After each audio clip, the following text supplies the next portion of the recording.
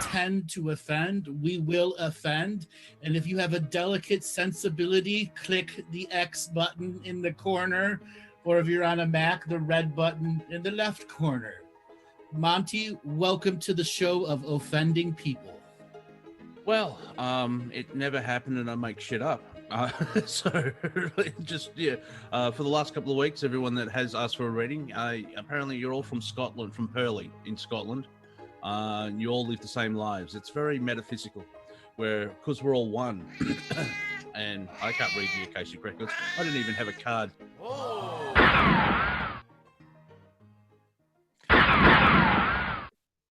Welcome everyone to another Friday comedy show.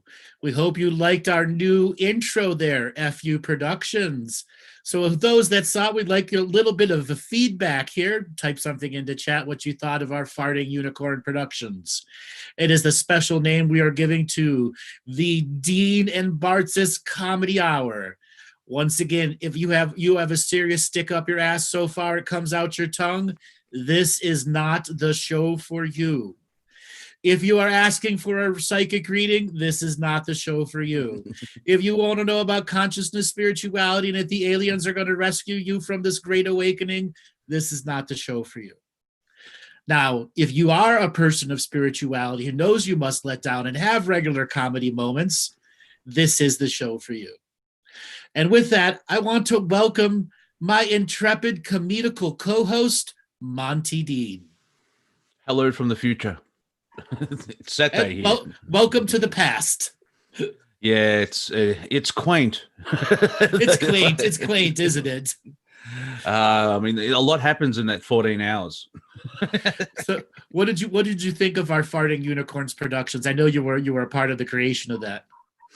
Yeah, I would tweak it here and there. Like the unicorn needs to splat when it hits the screen, but apart from that, it shows what we're all about, really. Wonderful. And I just have to notice this. So Caroline Jolly has basically said, if you want to talk about the consistency of Octurian poo, this is the show for you. Since I have never, ever spoken about the consistency texture of poo from the Octurians, I will give it an attempt. I have never questioned, thought, or even asked them about their pooing states. Yeah. Do they feel lighter afterwards? I'm asking them right now. Just a second here. I've gotta get this processal download without getting like icked out. All right, so they consume food and convert it into light, where we convert it into calories of chemical stuff. So they can consume a hologram, a light-based hologram. So they don't necessarily need life force behind what they do, but they're not judging us for eating food. And oftentimes they do eat life force that has food behind it, and it affects their digestion differently. But for those Octurians that are on holographic consumption of light, their poo is kind of like the consistency of pudding, but it may have some little harder chunks in it. Is it rainbow colored, like the spectrum? No, it's definitely changes colors, but it's not brown and it's not blue. It's like between brown and blue. Okay. And if it's more blue, they're having more spiritual issues. If there's more brown, they're having physical body issues. Okay. And they do have their version of colonics. They do have their version of that stuff too. I was just taken away by that particular question because Mr. Colonics guy who talks about it every show, I just suddenly had a moment. I'm like, I've never really wanted to know about their poo. I just had an image of an Octurian just sitting at the exchange on the ship having a cigarette. What? Oh, Andrew's calling. You want to know what? Hang on, Dave. Andrew has a question for you. Exactly. Definitely, he's got a question for you. Yellow. What? Yeah, blue. Yeah, blue. So Frida's asking, do Octurian wear clothes? The answer is yes.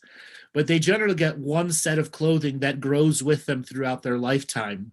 It's made out of a very special fabric that can react to an auric field and grow and shrink with the body's energy frequencies.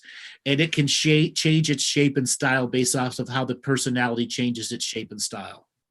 Okay, because I was gonna I'm a heavy metal guy and I have hundreds of t-shirts, and so yeah, I like to wear a Metallica t-shirt today, and then tomorrow a Slayer t-shirt. So I need options. Well, you would be able to do all that with that type of clothing, but it fits your body in a particular way that amplifies its energetic frequencies and the types of material that it's made out of. So Yeah, they have their version of, I don't know how to describe it, like clothing styles that come back that haunt them, like bell bottoms were a really big challenge to see for a lot of the 90s people who were going super grunge. Yeah. You wearing flannel? Right. So big giant collars, like this, that would encase the body, so you would have no other background frequency, was really giant for them. And there were countless centuries that new beings were meeting these big giant collared beings, and they were thought they were a dark being. A lot of misinterpretation because of their clothing style. Like the Time Lords in Doctor Who with their weird sort of collars that they have. That's kind of like this, but these collars, they bend and fold and make shapes. So you're not looking into a void. There's an impressional geometric pattern behind it, which is reflective of what they're going through. It's just another way to communicate using negative space. Oh, okay, yeah, because just not like a cone that you put on a dog. No, literally, it's like you put the clothes on, it goes based off of your emotions. Okay, and if you're like in a really big personality, it could be giant, like 30 feet around. Okay, because that's the fun part of having a high vibration, is that you can't really hide anything. And I understand why humans can't use telepathy at this point in time, because our shadow is still you have one thought and all of a sudden, oh, I blew up Belgium again. Yeah, oops. Soz. So something else, you've triggered me on this Octurian thing here. So when it comes to eating, we talked about food that's holographic food, and then there's physical food too, which has life force behind it. Now, there are many Octurians who part of their lifetime grow up on holographic food, part of their lifetime they're on solid life force food, and then there are those that hybrid it, and then those that consume only their own creations. It has life force in it, but all aspects of themselves that are in a greater learning journey. Like an Octurian, that's what's called they're like mobile gardeners. Like they could have a box, and inside that box could have a garden with 10,000 tomato plants in it, constantly grow. It's a pocket bubble reality in which they can grow things in. And so they bring their food everywhere they go to. Yeah, that sounds like Time Lord technology. Yeah, it's bigger on the inside. It's definitely bigger on the inside. Yes, transdimensional engineering. It's not. Carla's going. It's cannibal. It's not cannibalism. They create a part of themselves who gets to live the life as a well-treated tomato plant that grows to full seed, and then is enjoyed by the person that helped create it. It's all part of their own. So they're their own self-engaged food system. Yeah, I just hope to God there isn't a Galactic McDonald's. There are Galactic fast food places, which are a hybrid of common dishes that just seem to like appear everywhere. Like mac and cheese is a big American thing, but mac and cheese is very much from Cirrus, which is just milk, cheese, and flour into carbohydrates into noodle. Okay. Yeah, I would take my because I know there's like one race that's basically bovine, like cows, and keep taking them to McDonald's. Like, this is not funny, you bastards. Well, if you look at the lizards out there, they have human McDonald's. Yeah. I think I want Italian today. Yeah. I got a family Aussie, and those pricks won't get off the couch. Yeah. Exactly. I don't know if I want lazy Aussie energy. I would think I want some really scared South American energy. Go for spice. El Diablo. El Diablo. I like being called El Diablo. Exactly. So I was talking about galactic fast food places. So in some other shows, I've talked about restaurants at the end of the universe and specific holographic restaurants where it doesn't matter what type of body or energy body you are. They've created a technology in which you can absorb the experience of eating food, whether it's light-based food or chip-based, serious-based, life-based, or non-light-based food. You can actually have the experience out of somebody's DNA memory. You can take that memory of your mom's chicken soup or your dad's, perfectly cooked steak or, whatever the meal is, and you can store it into a holographic crystal. And these restaurants all around the world collect tens of millions of different recipes, and people go there for the 0 calorie, 0 trans fat holographic food assembly points where they can sample and experience thousands of food types in a single night. Because my dad's mum, she passed, I think, early 2000s, around about the turn of the century, and I miss the way that she did her chicken, because it's got that unique way of cooking it. And my other grandma, who passed 5-6 years ago, she had some certain, the different, you go to one grandma and a totally different meal, same food, totally different meal. Yep. And of course, when you grow up with that, it's ingrained with, it's like, I miss Mama's chicken. The way that she did it. Like, I haven't had tuna mornay for a long time, but that was just one dish Mum would make, because apparently it's quite easy. Yeah. Anyways, so all those nostalgia dishes, thanks Sarah in the chat room for giving me the word, those nostalgia dishes that come from every culture that's embedded on every planet. There's these restaurants which are for food for the on-go people. So you're not living by healthiest living standards, which is a common acceptance a lot of beings of light do when they're roaming, okay? Yeah. They know the body can handle it. They know that they can turn it around, and just like us, we can do the same thing. And souls do that over a longer periods of time. And the ones that are doing these fast food restaurants in the universe are sampling all the stuff people used when they were on the go and didn't have time to cook. Yeah. And then these fast food restaurants, they technically deliver to you. But the way it works is you have to actually set up a space, like a 15-foot by 15-foot space that has been prepared with like a holographic mesh around it, so that they can project the experience at you. Because part of the experience is the ambiance of eating too. And what they include in these fast food places are like corner bars, restaurants at the edge of a ski hill in the middle of winter. So some unique environmental frequencies with that most fastest of food. Yeah, that makes sense. Yeah. It reminds me of, you're familiar with the comedian Stephen Wright. Yep. Yeah. Brilliant. Just completely deadpan.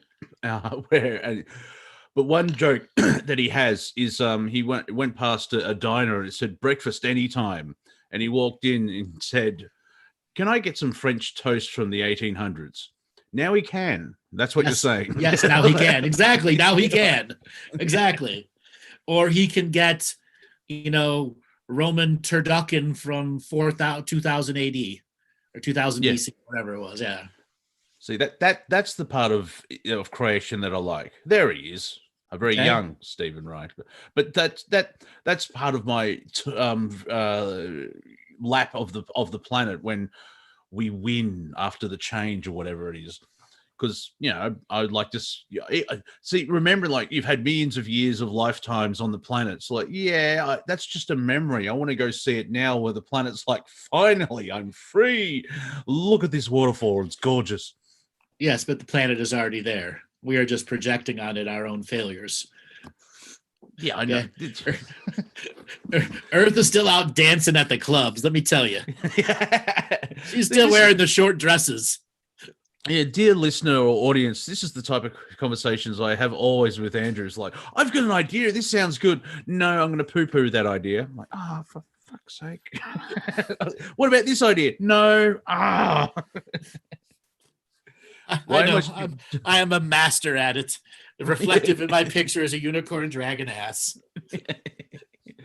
The genesis of the farting unicorn. Yes. Genesis. This picture that you guys see up around a unicorn dragon ass, that's actually from 2008, right when memes actually became a word. Not took over, but became a word. Yeah, because I've seen that I've seen a meme about memes where you're a multi-fractional being, and you've reduced your message down to a meme to try and wake up humanity. Mm-hmm. So I started Facebook in spring of 2008, and I think just before Christmas 2008 is when I put this up as my wall picture. Like the first time I ever changed my wall picture to representing something, and it's just stuck around over all these years. Yeah, and now we have a production company called FU Productions. Yes. So how many people out there have felt like a unicorn just dragging their ass? I'm just wondering, does it have worms? Definitely there's some itching going down there for sure. Yeah. So Sean is raising his hand slowly. Thank you, Sean. Santo's a donkey. Are there any unicorns in the Bible? Or was there any unicorns in the Bible before that? They were mentioned, but I don't know if they are in there. Physically representative. They were mentioned. And then the Lord said, don't look at that unicorn. And then he spake to his people. Wait, go back. No, you're not supposed to look at it. Then why did you mention the bloody thing? I actually asked the question once, how did because the British emblem is the lion and the unicorn, and I went with the lion. How did they know about the lion? Because it's like, thousands of miles away. England, you don't really see a lion. And then it's like, yeah, that's true. But what about the unicorn? Like, whoa. Apparently they hung out in high Brazil. Well, if you go to actual history, unicorns are some meat-ass animals. Okay? Mean, very mean, justifiably slow. Things have been trying to make them go to extinct for a very long time. They are mean-ass animals. Yeah, and the unicorns shall come down with them, and their land shall be soaked with blood and dust made fat with fatness. Okay. So yeah, right. Angry fat males. All right. Yeah. Okay. They are some mean motherfuckers. Oh. But if you get lucky, man, a friend, it's like getting a mafia don to like you. At the end of the Godfather, where you wake up and there's a unicorn's head stuck in your bed. Exactly. And of course, the Greeks. Yeah, your connection's really shite. All right, let me turn off video for a minute. That'll come back in. Yeah, because you're frozen at the moment, but we can hear you. Any unicorns named Karen? I think there are subspecies. Okay. Well, I turned my video off. It should catch up. They're a subspecies. They technically have a one horn and a half. They got an extra knob growing out, like a dildo that's got an extra clit stimulator. Santos says, I'm breaking up. Ooh, have we upset someone in the controlling mechanism because we're having a go at unicorns? Exactly. The whole kitty unicorn networks. Unicorns are beautiful. They're all coming after us now. Yeah, how does a unicorn wear a brass hoof?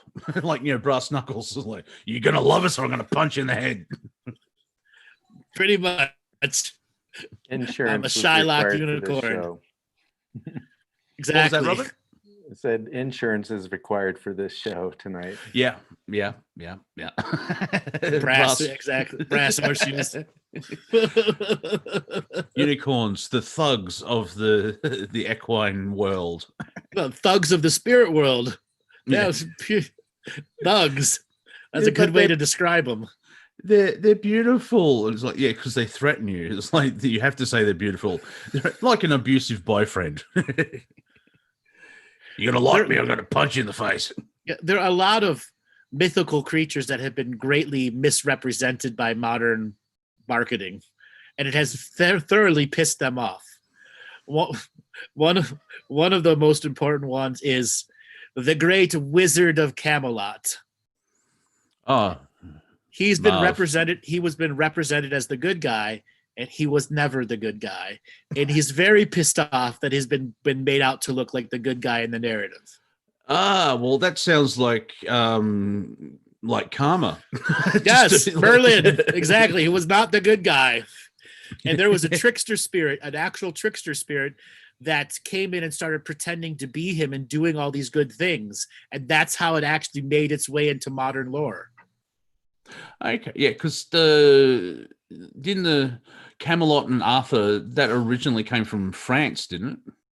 No, actually, it came from the original German tribes that were fighting the Germans. It's pre-Caesar, so Gaius Marius time. So like 375 BC, right around in that particular area. So it was well before Caesar, but it was still during the end of the Free Republic before it became the Empire. And that was the first battle of the Gauls. It was already ancient then, because what Camelot was actually an air city that would travel between cardinal points to charge up, in which then it could mass teleport people on and off the planet. So it was like a fortress city that could instantly bring in reinforcements as long as it stayed charged up from atmospherical connections. Okay. Cool. Image, the image that outside of America, where you've got the classic American tourist. Mm-hmm. I can't wait till we're allowed off planet, just so everyone else in the galaxy can discover what these Americans are taking photos and talking loudly, and they're looking for a 7-Eleven. Is that a time? Like, what's going on? And they want to pay for everything. What the fuck? Oh, I like this. This is awesome. Hey, darling, come over here. Yeah. So that's I'm trying not to upset your audience, but I'm most likely going to, because I'm an outsider looking in. So somebody's asking what happened to Camelot. Well, as it goes, Arthur didn't win. He died. Okay. And what that meant is the political force that was running Earth at the time lost power, and it had to go somewhere else. It just teleported somewhere else. It no longer had the capacity to stay in our reality because the monumental governmental change from Hollow Earth, which happened often between 2000 BC and 900 AD, and that 2900 year time, probably power changed hands 30 times, 35 times. So we're talking major power changes. So the start of the 20th century is when we're that's our latest power epoch. Right. Yeah. Okay. And this is the one has been in control the longest, which is since when Lincoln took over. That is when the full abdication of the secret Illuminati forces left Europe and took all the money and came to America. Ooh. Right. There's massive backstabbing, and the whole Illuminati became a part of America because that was part of the greater plan. And so that makes them roughly 500 real years old if you include the lead up to the secret societies. Oh, okay, yeah.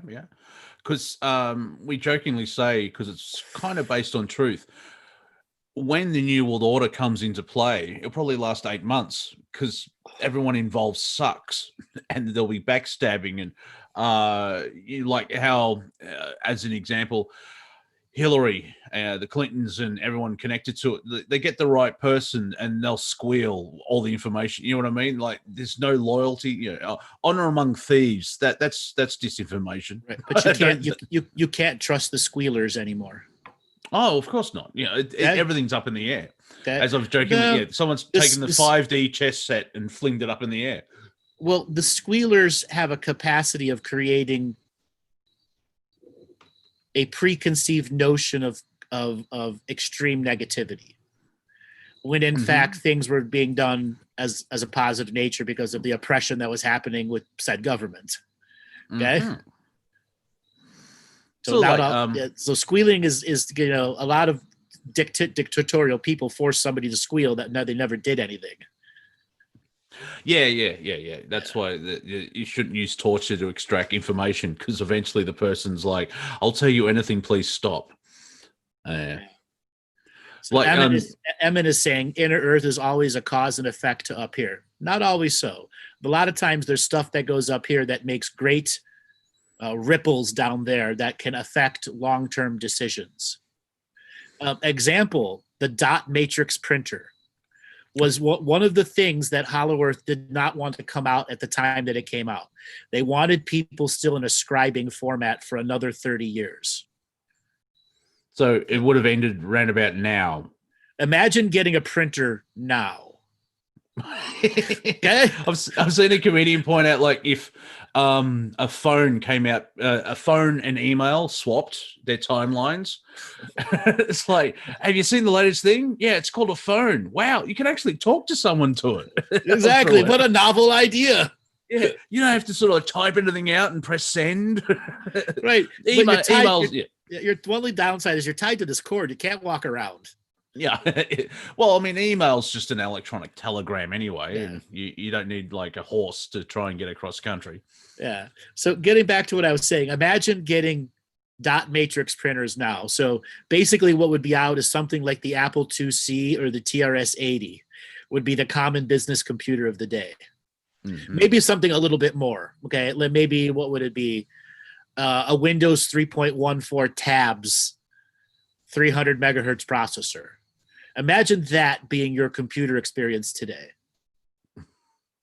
Well, it's like, I've got an iPhone right 8 or something like that. If I got that, I'm going to pick a decade, the 40s. That's probably 2-story building, the same technology and computer powering. Eventually, when they're like super weapons and supercomputers, there was a treaty done after World War II, I think 86 or maybe around 1990. The Macintosh superseded that treaty because I don't know if it's a joke or not. Apparently, you could power Taiwan's defense system using a PS2. Yes, and like, what is it? The Apollo 17. Your cell phone could run every computer and analog system on there and still have enough space and capacity to still call home. Now that's funny. I like that. Okay, and plenty of extra space too. Well, because of when the space shuttle was created, over time, it was the same technology as the Commodore 64, and apparently NASA was buying up all these Commodore 64s over the last couple of decades because they needed the technology to sort of fix the space shuttle. Yes, because Commodore 64 is a very interesting story. It should have been the computer that everyone was using early on, and it wasn't because they introduced those other systems that had the failures built into them. The Apples and the Microsofts, they had to have failures built into them because printer technology actually came out, dot matrix technology came out before the punch code computers. Now, something interesting to know is why you would think printer technology. It's not just because of what we're printing and reprinting. Actually, the way ink is squirted through a nozzle can create a process called cavitation. Now, cavitation, when you research this in science, is when a liquid is moving so fast it becomes a gas and then suddenly a solid is formed.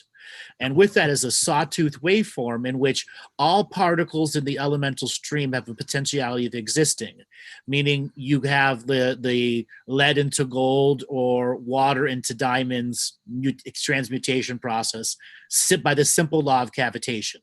Now, the ancient alchemists, who would look, many of them look like they had radioactive burns on their faces and body parts, were able to make a cavitation pump with the basic wine press materials they had 1,500 years ago.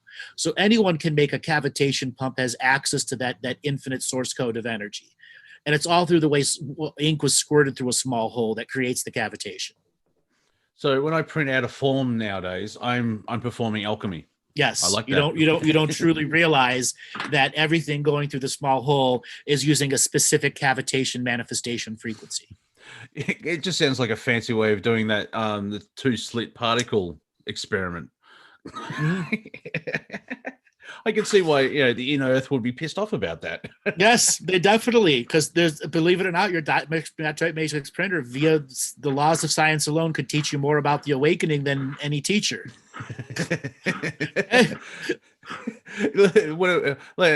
We should start a religion, go door to door. Have you seen our Lord and Savior, the dot matrix printer? Yeah, yeah, 3000, yeah. And from, I mean, it's got so popular that the mother of the dot matrix is in Spaceballs. All hail Dot. All hail Dot Matrix. Yes. Voiced by Joan. Oh, I can't Joan remember Collins? her name. No. The comedian. She Okay. died. Joan Rivers? She said, yes, that's it. Yes. Yeah. Joan, she mentioned something about Michelle Obama and then died. I wonder if there's a connection. Yes, it was in its own way. So anybody that can understand the laws of cavitation can discover the infinite potentialities of direct manifestation, meaning you can make any type of material on demand in large volumes. So imagine never having to mine for anything. All of your metals, your elemental based commodities are instantly manifested for you. Yeah, I was going to say, it's very similar to, it's like the precursor to the 3D printer, which is the precursor to a replicator in Star Trek. Right. Yeah. And the interesting form is Star Trek never really told us the science behind replicators. Oh, no. They just implicated that it had something to do with teleporter technology. Yeah. Yeah. Now, my cat wants attention again. Yeah. Yeah, things to do, ladies and gentlemen. Here's your homework. Buy a 3D printer, print a 3D printer, and then return the original 3D printer. Exactly. So somebody is asking who let the printer technology to be leaked. So it had already been introduced to the global elite by the 1900s, the first ticker tape machines that were still using manual punches for each letter, until they were able to replace the key punch with the squirting ink instead of using a punch base or press based system. And then the squirting of the ink through a small hole had to have pressure at micrograms of pressure, and the ink had to be mixed in a certain way that there was still granule balls that had to be broken down before it went through the narrow valve for expulsion. Now, once it went through the expulsion process, it was in the journey of being, the fluid was in a journey of being a cavitation piece from the tip of the nozzle till it hit on the piece of paper. Now, the elites understood that just as long as you printed letters on the page, they could be any letter on the page because it's holographic ink also. So that ink can be selective to who can read it based off of their capacity to see a hologram. So if you can't see the hologram, it's like those people who look at those dot matrix images and can't see the image in it, and then there are those that see it right away because you have the pattern recognition. So there are a lot of people that will never realize that like all of their information is stored in one piece of paper. Okay, it's all. I hate those magic eye things. I can never do it. Right. And even if you cross your eyes, you can't see it there. Okay, some of them you just can't see. Anyway, so the global elites knew what this was. And the global elites was in a situation where they had two major world wars and they needed to rapidly expand a management system or they'd all have to like get their hands really bloody and do a lot of work. So that's why it was leaked. The global elite who was taking all their orders from the Hollow Earth just let it go to market and not let anyone know. And it was already out. I'm gonna go check on my cat because she's meowing way too much. So, talks amongst yourselves. Okay, let's all guess what Monty's cat is doing. Why is his cat over meowing at this point? Is it because he's just killed something and wants Monty to see it? Is it because he just took a meow? Hello, Scoffy. How are you doing? We're going to interview you. Meow. He wanted his catnip. Apparently, she wanted permission to walk through an open door. Yep, She does it all the time. Permission to walk through an open door. Yeah. Isn't that right, Scuff Jobs? Oh, you're jumpy. All right, I'm leaving you alone. She's like, I'm gonna fuck you up like a unicorn. Hey, man, don't make me go unicorn on your ass, okay? Yes, exactly. I have no idea why she has. Anyway, I just like doing that French accent. It's, I think, the King Prawn from the Muppets. Hey, Kermit, okay? Yes. Anyway, so yes, world domination through a printer. I like that. Mm-hmm.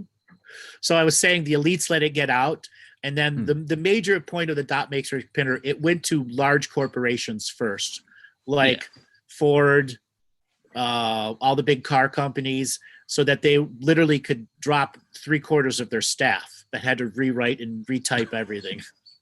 The classic automation, which is sort of coming up now, where we need jobs. And did you know, everyone needs to learn to code. And I think it was this year, at the end of last year, because the mainstream media sucks and people aren't watching it, they're cutting back all their jobs, and all these journalists are losing their jobs. Mm-hmm. And people jokingly said on Twitter, "Well, learn to code," and then Twitter said that's hate speech. Yep. This is the real. This is some part of me. You don't have. This is the whole sit in the stands and watch the game. Now you don't have to be part of the game, because by sitting in the stands, you can just see how stupid everything is. Like, you can't say learn to code. That's hateful, and my fifis are hurt. Mm. So just so people have an understanding, dot matrix printing was originally introduced in 1925. Okay, and it took the end of the Depression and the opening of the World War II for it to start making it places. Because somebody was asking if there was if the elites were retaliating. Yes. The majority of, let's just say, World War II is a response to that technology being released. Very quickly, which is part of this, I've seen ads. There was a fax machine in the 50s, wasn't there? Yes, there was actually a fax machine back in even the earliest of phones, where they're transmitting a different code across, in which an actual numerical counting machine, an automated machine, could do it. There's evidences of a wheel-driven computer that was made in the 1840s and some in the 1790s. And I've seen plans for a space shuttle from 1938. Yes. So okay, let's go back. Well, the space shuttle did not have a lot of revolutionary technology on it. It had revolutionary materials, not necessarily technology, because a lot of the space shuttle was still completely analog, cable-driven stuff. You may have hit a digital button, but that digital button made a wire move. All these monkeys in the side going, "Damn it!" Comedy. We'll get to the comedy. I'm having fun with the history. So in the first 20 years of the 20th century, that's where we sort of had that we had that technology the jump to people putting electricity and running water in their homes. Yeah, and we've been on a slow funneled tech thing ever since. Yes. Wow. Based in the cities, which would then attract people away from natural living and is the unnatural living of cities. Yeah, because I've seen that meme of, like, if Tesla was listened to, and it's or a world without the Rothschilds, and it's like the Jetsons in 1994. Exactly. And something else to understand. So dot matrix, it wasn't until cavitation was really heavily experimented on by the Nazis by a variety of other people dating back several hundred years in the past, and then apocryphal texts that were discovered from alchemists in the 1300s and the 1200s that they were able to recreate through cavitation unique experiences. But the secret societies that took over from World War II were able to suppress the esoteric side of what a dot printer really is. Yeah. Okay. Yeah. And just blended it in with the printing world. Now, ultimately, that's how the elites, the power elites in the Hollow Earth were able to recapture the technical timeline. But this technical timeline was still moved up by at least 70 years. Yeah, because one theory is that from the Roswell crash, that's where they got the transistor idea from, or the computer. There was outside interference. They had transistors before that, but they didn't have the way to manufacture the receiver cheaply. They didn't know what rare earth elements they needed for the receiver and the transmitter. Well, I was going to say, especially talking to you, it's like, it's not that simple. An outside force affected the Earth. It's been going on for billions of years. Exactly. So because I've heard many people talk about how the transistor relates directly to what the crash in Roswell is. Well, before Roswell, there were dozens of crashes before that every year. Okay, shit's been crashing into this planet for a really long time. And it makes you wonder why these guys don't have long-term spaceship insurance. If this shit's going to crash all the fucking time, all right? Okay, what made you lead to want to believe that many crashes were done on purpose to see if technology could catch on? So there were specific crafts that were built to crash, to be recovered, to see if they had the knowledge to reverse engineer the stuff. Now, are these negative beings, or is it both is there negative and positive? Oh, yeah. Now, and also there's negative, positive, and in between. That it's not duality in sort of the Galactics. It's all that, but that's the 1920s to the 1970s. By the 1970s, the Hollow Earth community, which was majority negative, was running what gets in and out of the frequency. Therefore, a lot of the good guys had to do very secret missions, get in and out of the solar system on clandestine 007 type stuff. Well, also mainstream technology was getting to the point where we could see what's happening. No, mainstream technology is nowhere near the capacity to see the other densities and dimensions. All right. Well, yeah. Wow. So, yeah, this awakening that people talk about, it's going to be very interesting. You think? You think? It's like, I know what as a being of light, a fractal of the prime creator, it's just not your physical body. What, there's 47 different connected to the God spark or whatever. Not the best way of asking the question, but you know what I mean, don't you? Yes, I do. Yeah, and that's the fun part of the awakening. Like people say, I'm awake to the corruption of the banking system. Yeah, but you have 47 different versions of your body existing in time. Good luck with that. All with different issues. Not all of them are about the bank. Oh yeah, I know. It's just not the bank, but I do like what happens in the vagus nerve stays in the vagus nerve. Exactly. Because it's multidimensional and with frequency and everything else like that. So you got to give props to the negative forces of trying to control humanity, because they've done well. They've done very well for themselves. Absolutely. They've got this whole money thing down pat. Yeah. Okay. None of us can live without it. Literally. Yeah. Like, some aliens like, you wear shoes. It's like, yeah, this is Imelda Marcos. She had 4,000 pairs of shoes, but she's only got 2 feet. I know. So the last thing I want to touch on when it came to Hollow Earth re-exerting control over the global elites, Operation Paperclip talks about the transfer of mind power from Germany to America, but it doesn't talk about the eradication of the oligarchy of Europe, particularly the French oligarchy, which was housing some very oppositional secret societies to Hollow Earth's control. There were one of the reasons France went down so fast was because all of their defensive plans were given to the Germans from the Hollow Earth agents. Everything. Yeah, because up until World War I, but definitely World War II, the French weren't surrender monkeys, as Mm. Willie says on the. Oh. They won, and they had losses as normal, but they were warrior spirit. Everything else up to that, and then just because of what happened in World War II, they've been tainted of like you cheese eating surrender monkeys. Which is So highly racist. the surrender monkey thing actually came. What ended up happening is by the end of World War II, French high society had become so corrupt that you could buy a single presidential decision like in a menu. You want them to say this, it costs you this much. Like literally, corruption was down to written on paper and no one could challenge it. And it became so corrupt within itself, it couldn't do anything. And that's when they became the surrender monkeys. Yeah, I all those ancestors, the revolution of going, what the hell are you doing? Right. If you want an example of French idiocracy when it comes to military spending, so you could look up a video called "When Hotels Go to War," and it's about the French design of pre-dreadnought and dreadnought battleships.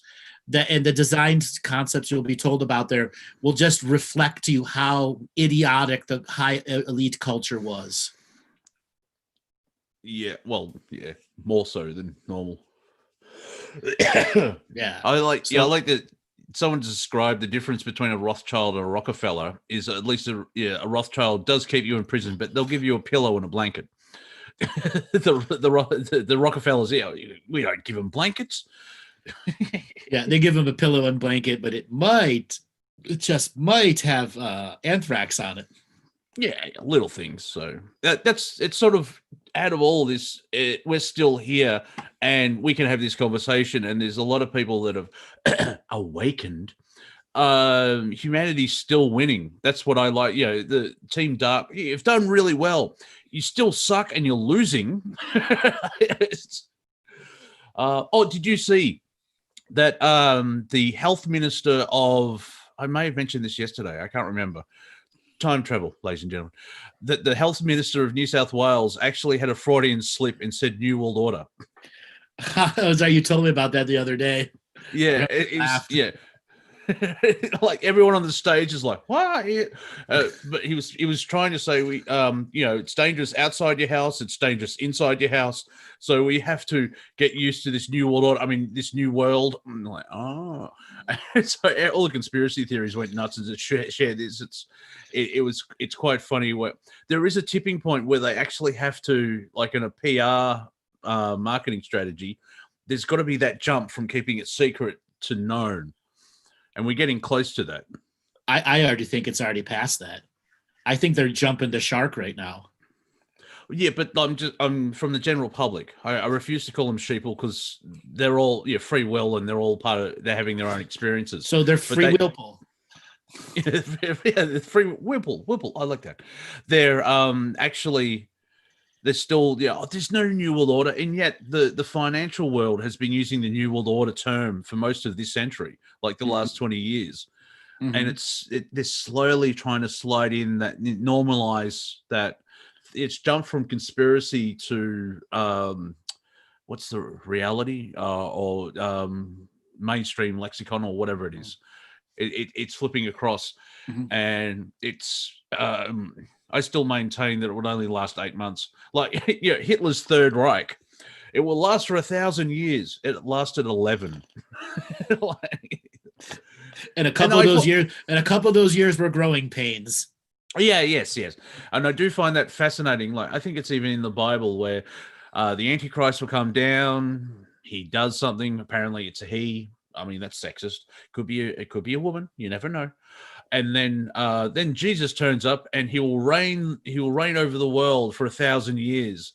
Like, from our perspective, that 1,000 years, well, that's 10 generations or whatever, how long. But galactically, that's just a blink in an eye of an eye. Where 1,000 years, that's a Sunday afternoon in some parts of the galaxy. Exactly. It's just a Sunday afternoon. So what? So, you have a galactic year and 1,000 years is like, it's like quick. It's like the lazy Time Lord. He's got his 5-minute warning watch. A whole bunch of 5-minute warnings are going off. And we've forgotten what time. What time I'm supposed to be in? Am I in Galactic 5 minutes? Human 5 minutes? Shit. It should have been more specific. Yeah, exactly. Yeah, even if it is a social construct. And the main reason for that in England is because you had that, like, as you talk about different dream bubbles, times were run by, like, if you're in Bristol, you had Bristol time, and then if you're in Manchester would be slightly different timing wise. But the trains had no idea how to run a timetable because it's like you're supposed to be there at 12:38, yeah, but it's 1:53, and that's where it was maybe it was just the excuse to bring everyone in on the time, Roman numeral time, single time, which I can understand. It's like when people, but Hitler got the trains to run on time. Well, death is pretty good motivation. Yes, definitely. Death is one of those good motivations. You shall make sure the train arrives at 2:12, and if I don't, we will shoot you. Gotta go get the train. All right. Exactly. We will shoot you. Yeah, we have ways of keeping time. Yeah. Yeah.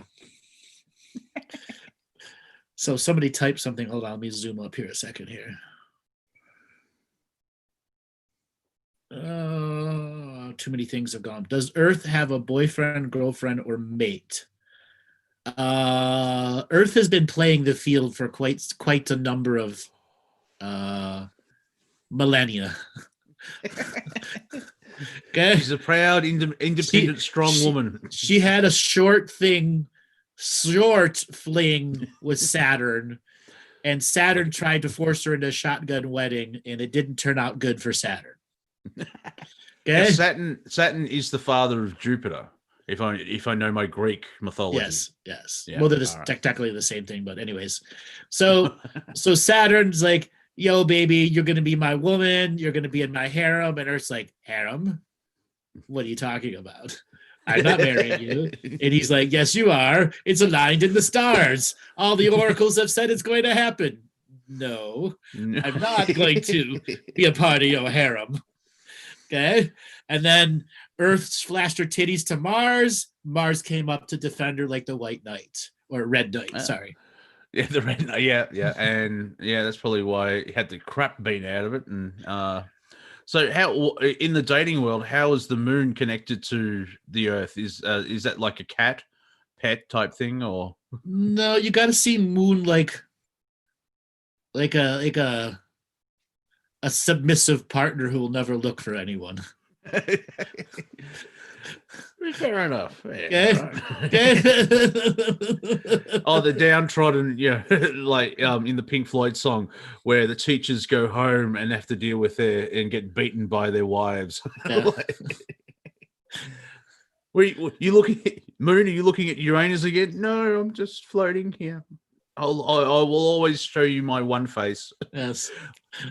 Even though I'm a construct from the ground up, but because people have been watching me for billions of years, I have developed a soul. Yeah, and it's not the dark side of our mum. Exactly. It's not playing the pedantic card. It's not the dark side of the moon. It's the far side of the moon, because it's not natural the way that it always shows the same face to the planet. So somebody's asking, so who does Earth prefer? Those celestial girls who like to put on the high heels and catalyze the solar systems. Okay. Welcome to planetary dating. Celestial dating. Like, they go to the celestial clubs dressed up, and if you're a celestial being that won't get on the dance floor, you're fucked. Okay. What music's played at a celestial nightclub? Reggae? House music. House music. Exactly. Exactly. But, hey, baby, you've got a rhythm that I have not seen for eons. Exactly. So Earth likes to flaunt it. She's doing quite well, so stop projecting on her. The greatest thing you could do for her now is work on yourself. And you will get a invite to the celestial dance parties when it's time for your awakening. But until then, adults only. Ooh. Yeah. Okay? They check your ascended master papers at the door. How is the sun connected to all this? Because I watched Jordan Maxwell, and part of the bad people, the group, they're worshippers of the sun god Aton, and I've got a feeling that's just an entity pretending to be the sun. Yes, It's not the all sun. of those sun god metamorphoses that takes over them are all the fake gods that took over. Okay, so it's not Now, the sun. Yeah, the sun itself. The sun has a consciousness behind it, but it also has thousands of other consciousnesses that are a part of it. Ooh. So you kind of got to see the sun as, just because I'm trying to be funny, as the Galactic Tinder website. Okay, and the sun connects people to celestial minds, or celestial journeys and processes, or just new places. So that's why I call it like the celestial, your access to the Galactic Tinder. Let's say you need a new planet, you want to go see the mountains of Earth. Hey, look at that Mariana Trench, ladies and gentlemen. Ooh. Exactly. It's wet. I'm not going to make a Cardi B reference. I hate her. And I don't say hate that often. Actually, I don't hate her. I find it funny. Where I'm a strong black woman, clearly. I'm going to interview Joe Biden. That went well. So something else that Earth does, like I said, she likes to party and get out there and get her heels up. But how do I describe this? Earth plays the celestial commodities market, kind of like a stock trader. So she'll buy lots of stock in people who are living on other worlds, meaning she sends her influencing light and energy out to those other people who are living on other worlds so that they can evolve into close friends. And then when it's time to finish their experience somewhere else, they come to Earth, and then they end up being born here. Now, are we still in quarantine and trapped? No, that ended in 2017, all the quarantining. Okay. So the solar system quarantine. Okay, so when someone, I said transition once, and it's like, well, hang on, that could be linked to something else. But when we drop body, we can leave Earth, like it's a form of graduation, or am I getting lost down a rabbit hole? Say that again, you broke up. Oh, really? Stupid internet. When after 2017, if your body dies and you move to another frequency, is that a form of graduation now, and you can leave finally? So you've got that kind of wrong. You don't just drop body, fuck, we're done with bodies, move on. No. That's light worker garbage from the 60s and the 70s, praying that the violence would just be over. Okay. Well, I did. It was a very simple way of saying stuff. So obviously agreements were made, but if you've done the work, you can graduate. Is that a better way of asking the question? So those that have achieved a certain level of awareness equal to their responsibility will awaken first. And there'll be those that awaken to it but fall right back asleep because they can't hold the responsibility daily for months in a row. Yeah. And that will determine awakened and unawakened. And it will slowly separate between the two, though those that learn how to live in both worlds without competition, while the rest of those who haven't fully woken up are still in that journey, and they know how to not step on the journeys of those that can't hold the responsibility yet. So the idea that Dolores Cannon puts forward, there's going to be a frequency split on the planet. If you're got the responsibility and have awakened to your mastery, will you see the lower density? Like, yes, you will see it, but it's a matter of not playing with it for its better good. Okay, so I can still see the people that haven't moved on and but feel completely different. If that, so correct. Yeah, you don't feel a need to complete their life. They have to do it on their own. You're still a part of it. But that you can do that in 2 and 3 times speed. or if you want to enjoy the time, you can enjoy the time. It's not Okay, 'cause- necessary for your full karmic interchange in every light moment. Yeah, I think I'm starting to confuse myself then, because we're all still going to be here. This is where I think some will be in two places at once, and others will be in one place. that's a better way of it. Okay, because the human mind and logic's like, but they're like, if all that is was and will be, but logically there's got to be an outside, and that hurts my brain. Right. Yeah, and if you have separate bubbles of realities, it allows them to stack on top of each other, and each has a separate frequency, so vision doesn't cross over or bleed over. Yeah. So in one scenario, we can have people freaking out. Look, New Zealand's on fire, and then half the people in New Zealand that are awake going, "No, it's not." They wouldn't even do a no, it's not. They would do whatever was needed out of their charge and polarity, but not hold on to it. Because it's still about playing the show for everyone else who hasn't woken up yet. All right. This is going to take a while. Well, I said this can happen at 2 and 3 times speed. All right. Okay. Okay. So there's going to come a moment where we all go, what? How the fuck did that day just go by that fast? We've all had that experience, right? Yeah. Yeah. Okay. If you've read the Terry Pratchett books, Discworld, which I keep forgetting to make that connection with the flat Earth. It's like, have you been reading Terry Pratchett again? Because Discworld is a flat Earth planet type of thing on 4 elephants on a space turtle flying through the galaxy. He had a small little vignette in the books where there were 4 trees having a conversation because they're on a different time structure feeling. Everything was disappeared, and then one day Jerry just disappears because he was cut down, but because they experienced time differently compared to what was going on around them. It was fascinating, the idea, but he also made it very comedic as well, where it's like there's just 4 because days were going like that, where that they would blink, and and all of a sudden Jerry disappears. I'm like, oh, I wonder where he went, and it's because a lumberjack came down and needed to build a house.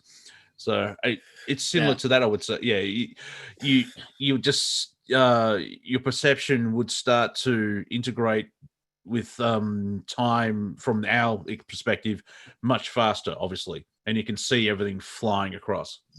Yes, but you won't complete the journey until the majority of the unawakened have reached some form of awakenedness and can take over your spot of holding the mantle of responsibility of nurturing them without interacting with them to change their choices. So it emphasizes free will. Yeah, that's what's the responsibility, is allowing everyone to evolve on their own in their own due course and not forcing evolution at anything. Yeah, so to quote Obi-Wan Kenobi from the first Star Wars film, you must do what you think is right. Yes. And another one, strike me down and I become more powerful than Andrew can imagine. And please don't ruin this idea for me, Andrew. You have a knack of doing that. But I keep saying that if I get killed, my spirit's coming back and you're all fucked. I'm going to be a spiritual Karen. I would like to see the Prime Creator. You already did that. I know. You've done that already. Yes.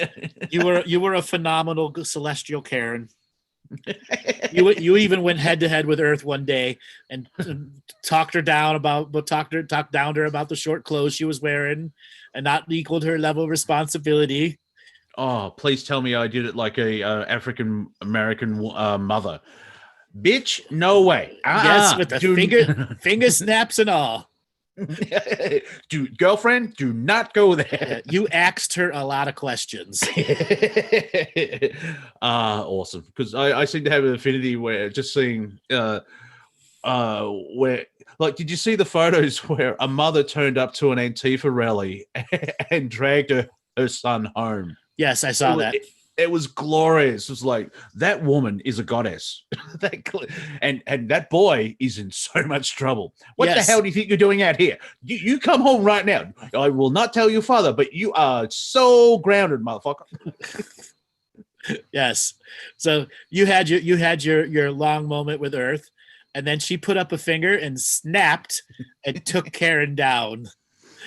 It was not one of your high moments after that. I would say it's a learning experience. then after you were a broken Karen, you're like, well, maybe I need to find myself, come to Earth. And you come to the wonderful mountains of Earth and we're reborn. 17 millions later. Yeah, this is fun and all, but I've got stuff to do. That's why I'm pro-Trump. Well, the only option, because you want it. No. But the only other option is Joe Biden. I mean, I can't vote there. Anyway, I've got my own cap. If you can see that, made you look again. Yes, I don't wear it in public. I don't wear it in public though, because I don't want to meet people. So Caroline is asking, Andrew, you said everyone graduates at the same time. So does it mean once we're aware of the game, we're going to stick around for eons? You're assuming eons. I remember time is compressed. Time will no longer have a second's value. And like I said before, everyone shared that experience. Holy fuck, did that day go by fast?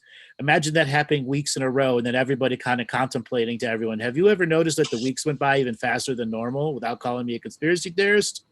Then you'll realize how compressed time really will be. That kind of explains what we're sort of going through with 2020, because I jokingly say 2020, what a decade. And remember those heady days of February, because people have noticed their relationship with time not changed, but their relationship has changed because they're observing it differently. Because it's September. Oh no, it's October. See, I even did it then. Like, I can't remember last year. It seems so long ago. So somebody is asking, is there a new job called sheep herders? No, you're not supposed to interact with them other than playing your role as somebody that may look awakened. And leading them into a direction of their own awakening on their own self-illumination. But during that time where you're not really doing anything, you have another life in the awakened world, which is just a bilocation of your reality. So you have two experiences going at once. But that part of you that's here waiting is not really waiting. It's still experiencing the other side and having gleeful expressions while it has an aspect of itself trying to assist the greater whole in awakening itself. And there's an element of free will to that as well, because if you start trying to wake people up, you're interfering. Like I've just made that connection. For a long time, I would tell people information, and I get a sort of a spirit reaction of like, "Shh, you're ruining it." Spoilers. I have to learn, and they have to learn their own experience instead of me pushing it. Well, try this, go away. Right. Lisa just said it's not a petting zoo. Very good. It's not a petting zoo. Oh, look at Karen over here. She's so cute. Let's feed her some corn. Yeah. And I think, also being in the awakened state, you'll have that joy and you know that you're playing a role in their world. And so you're still there, but you aren't stuck in that negativity frequency. And so it, in a way, an avatar, like in a video game type thing. Yes. But you can have avatar oversight and individuality at the same time. Yeah, so like when you, I'm the avatar in the Star Wars video game and also holding the controller instead of just being the avatar in the video game. Mm-hmm. Yeah. You can be both simultaneously also. Yeah, that's sort of, the world's a stage is like, awesome. But I always think when I hear that, the world's a stage, I'm like, but where's Dax backstage? And where the hell does the audience sit? Somebody is saying, Sean, I'm bilocating with Octurian tapioca poo. It was pudding, not tapioca. Pudding with chunks in it. Moist chunks, but have a little bit of solidness to them. Yes, out of all of creation that your awakened self can go to, you're playing with poo. Sound like a toddler. Just like a toddler, exactly. No. So, I know I'm not going to jump into any more Octurian poo stories. It's okay. It could, we don't really know. Don't have to go into that. Well, this could be one of the moments where I bring in the Octurian comedians and see if we can do a Q&A with them. Yeah, it'd be interesting to see, like their perspective. Can they zone in into our 3D moment of now, and because I've jokingly said like Pence, apart from the debates are just extremely terrible, but Pence won and the fly came second. No, the fly won. I will reiterate to you. I know we had this debate yesterday. The fly won. Okay. Oh, all right, the fly won. The And fly won. someone actually put up a meme, a fly that landed on Barack Obama. It's like they've gone, look, see, even the flies left the Democratic Party. Yeah, then he killed. Then there was the time that he killed the fly in the live episode. Okay. Obama killed somebody? No, yes, he killed a fly. The fucking Republicans flipped out about it. It was really funny. Well, with a drone? No, with his hand during a CBS interview. Just Google it. You'll see him look at the fly and then put his hand up in mid-talk and kill the fly and finish his conversation. Oh, he lost the fly vote then. You got to tell you. That's why I'm saying the fly won that debate. The fly write-in. Some people have actually, some of the woke have said when the fly landed on Pence that look, Pence's only black friend, and then they had to apologize for being racist. Really? Okay, because apparently calling anything black is racist. So like you have a chalkboard or it's a blackboard. Black is actually a color. Or well, let's not get finicky and say it's not, but you know what I'm trying to say. No, black is all the colors. Oh. Mm-hmm. Something new for you to learn. White is technically not a color. Ah, okay. I thought white was all the colors, or is Pink Floyd lying to me? Nah, I've always been taught it's black is all the colors. Well, yeah, okay. Because the Dark Side of the Moon, the album is the white light goes through the prism, and the prism splits the 7 colors. Everyone has a different answer in the chat room. Yeah. Well, that's so human. or it's a fucking Mandela effect. Well, yeah. See, that's it. That's the fun part of being a galactic time traveler. Like, I don't know what's real anymore. As Bashar, not the leader of Syria, says, life is meaningless until you give it meaning, because you're giving it energy. So, like, was there 5 people in the village people, or was there 6? Or do you care? They're just like, okay. Well, that's how you rate the level of reality, or is how many colors it has. Oh, yeah. It's a good telling of what kind of consciousness can exist there. Yeah, well, yeah. And everyone's still debating is black a color or not. Santa, that is no, I'm confused. It's the sun rising in the east and southern hemisphere. Black is black.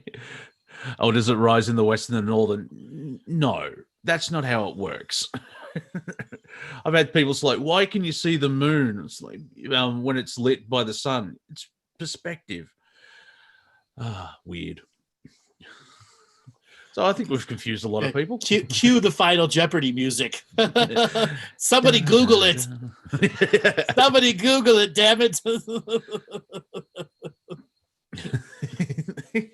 So what did you do Friday night? I tried to figure out if black was all the other colors. Black colors matter. Yeah. Uh-huh. Yes. Well, yeah, clearly the moon is racist because sometimes it's white. And the sun was Asian, but now it's white. So, yeah, racism's everywhere, people.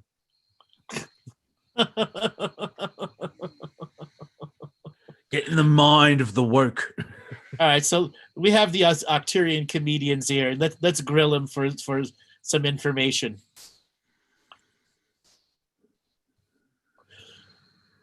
Does anybody in the chat have anything they want to ask the Octurian comedians? The color of law. There's a rabbit hole we can go down. Well, what is one of the funniest things they've seen in the last week in our time frame? Hold on. I have to decipher this message. Laughable or exciting? Well, funny. Well, funny, haha, not funny, strange. We can get to the excitable one later on. I'm just trying to sort of sense their sense of humor. Where Okay, so here's one. They are so amused at the COVID deniers and COVID acceptors because they're now both creating a disease that never existed before out of direct manifestation and erasing that disease simultaneously out of counterbelief. Okay? And that the mind control systems have worked here so much that even when they turn them down and lower the frequencies and put everyone in lockdown, everyone's still fucking mind controlled. Yeah. It's just like yes, no, yes, no, yes, no, yes, no. Right, which makes it very hard to do these infinite predictions. Yeah, I understand. So what can you see? My computer, there's a mic stand. No, in the future, I have no idea. Like with my Planet Calling at the Roundtable, we hardly play What If, because it's more of like we have to look backwards the 7 days to sort of get information. It's very hard to predict what was, because like no one saw Kanye West sort of announce he's going to be president and then disappear. No one really saw that Trump was going to get COVID and then come out of hospital better in less than a week. And you know what? Everything's changing. And it used to be 12 hours, but how quickly can things change? Probably an hour. More than an hour, lots of hours. Okay, because they used to say a week in politics is a long time. Not in hospital, according to Trump, with COVID. Exactly. Now, some of the other things that they find humorous are just the way human beings misperceive their own reality. Example, we've had a series of hurricanes that have come here, but very little open prayer was done like was done in the past. The South had open prayers to nullify the storm. All the gospel churches made that a part of their thing, that they'd pray before the storm comes. And this generation doesn't do that. And they're like, even the stupid Christians could get this stuff. The gospels of the South figured out that their prayers influence the hurricanes. And this next generation is that I don't want nothing with my gospels. And you can see that because they're not doing it, that's how it works, because they're getting more intense and washed away. Right. Yeah. So they find that funny, how just the misperception of what you can do to create in your reality. Well, isn't there a form of a campaign of attacking Christians? Who did? Well, I guess from the left, where you're a Christian, they instantly decide that they're evil. You know what I mean? They think there's an attack. I understand what you're saying. Yeah, so you're a right wing Christian. Yeah. Yeah. You're an untalkable. you're undebatable, untalkable. Your mind is rigid and set. And we're going to make fun of you. Which is kind of ironic, because by saying that, you've just proven that you have a rigid, closed-minded. Right. That's the interesting thing about stuff, is that a lot of people are seeing the left are projecting, they're accusing people of what they've done, and the right seems to be more open to freedom. And it's like, when did that flip happen? Where the left used to be hippies and the right were Nazis, in a metaphorical sense, but now right-wing people seem to be less rigid and more open, and you can have conversations. And a good way of explaining it is, when Trump got COVID, half the left wished he was dead, but if it was Biden, the right would go, I hope he gets better. Yeah, but what's posted on the internet does not actually represent the goals of the population of this planet. Yeah, I know that. Yeah. But that's how the narrative is being driven, though, by what's on the internet. I visit Twitter for content, and just to see like the Twitterari. Yeah, that's an interesting word. I'm going to make a bold statement here. Now, if we were to lump the light workers to be their own diversified religion of no centrality, they are nearing the same damage that the Catholics are doing to their religion. Nearing. That is how off base so many of these groups have become. They I don't know what else to say other than they follow down a path of blissful ignorance with arrogance. Yeah. I don't know if you've seen the footage, but in Portland, Oregon, Mhm. the ambassador Antifa went to a city council meeting or something as such, and he was it was weird because I think the council actually just allowed it to happen so that it didn't have the whole building burned down. But the ambassador's like, "You're a dictator," and he was swearing, and your time has come, and everything else like that. And I just thought, you seem nice. Where you live in the United States, and they like the system is corrupt and it needs to change, but they want to remove the system and bring in a new system because they believe that the Soviet Union worked well. Well, that the Black Lives Matters is not a centralized group, and the majority of those people that make news popular are paid agents.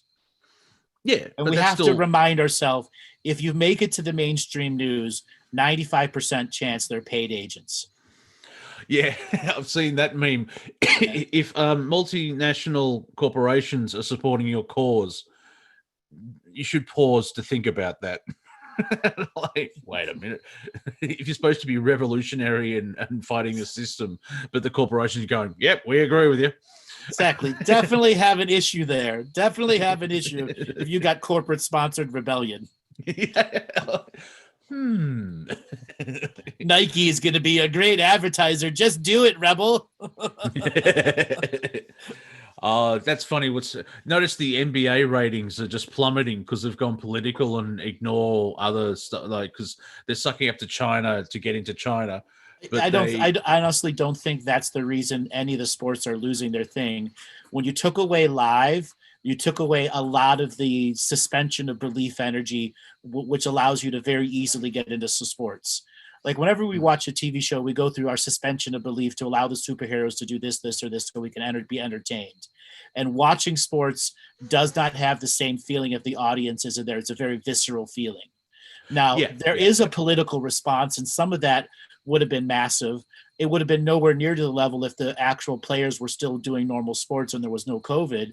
There would be a great reaction, but ultimately the players would still win because it's the players that are still going to keep the team the next year and the year after that, not the owners. All right, yeah, because you thinking that makes sense. You sort of need that collective to feel the energy, the excitement in the arena, and you're watching two teams battle. Right, exactly. It's a simulation of war.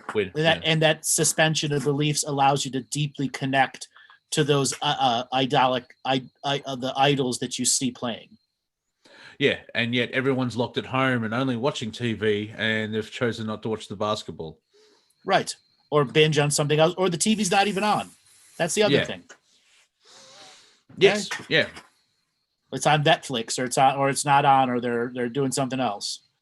Now that is a representation of how sports no one ever thought sports would lose its power, but you can see it now, and it's because of the shared aspect of the experience.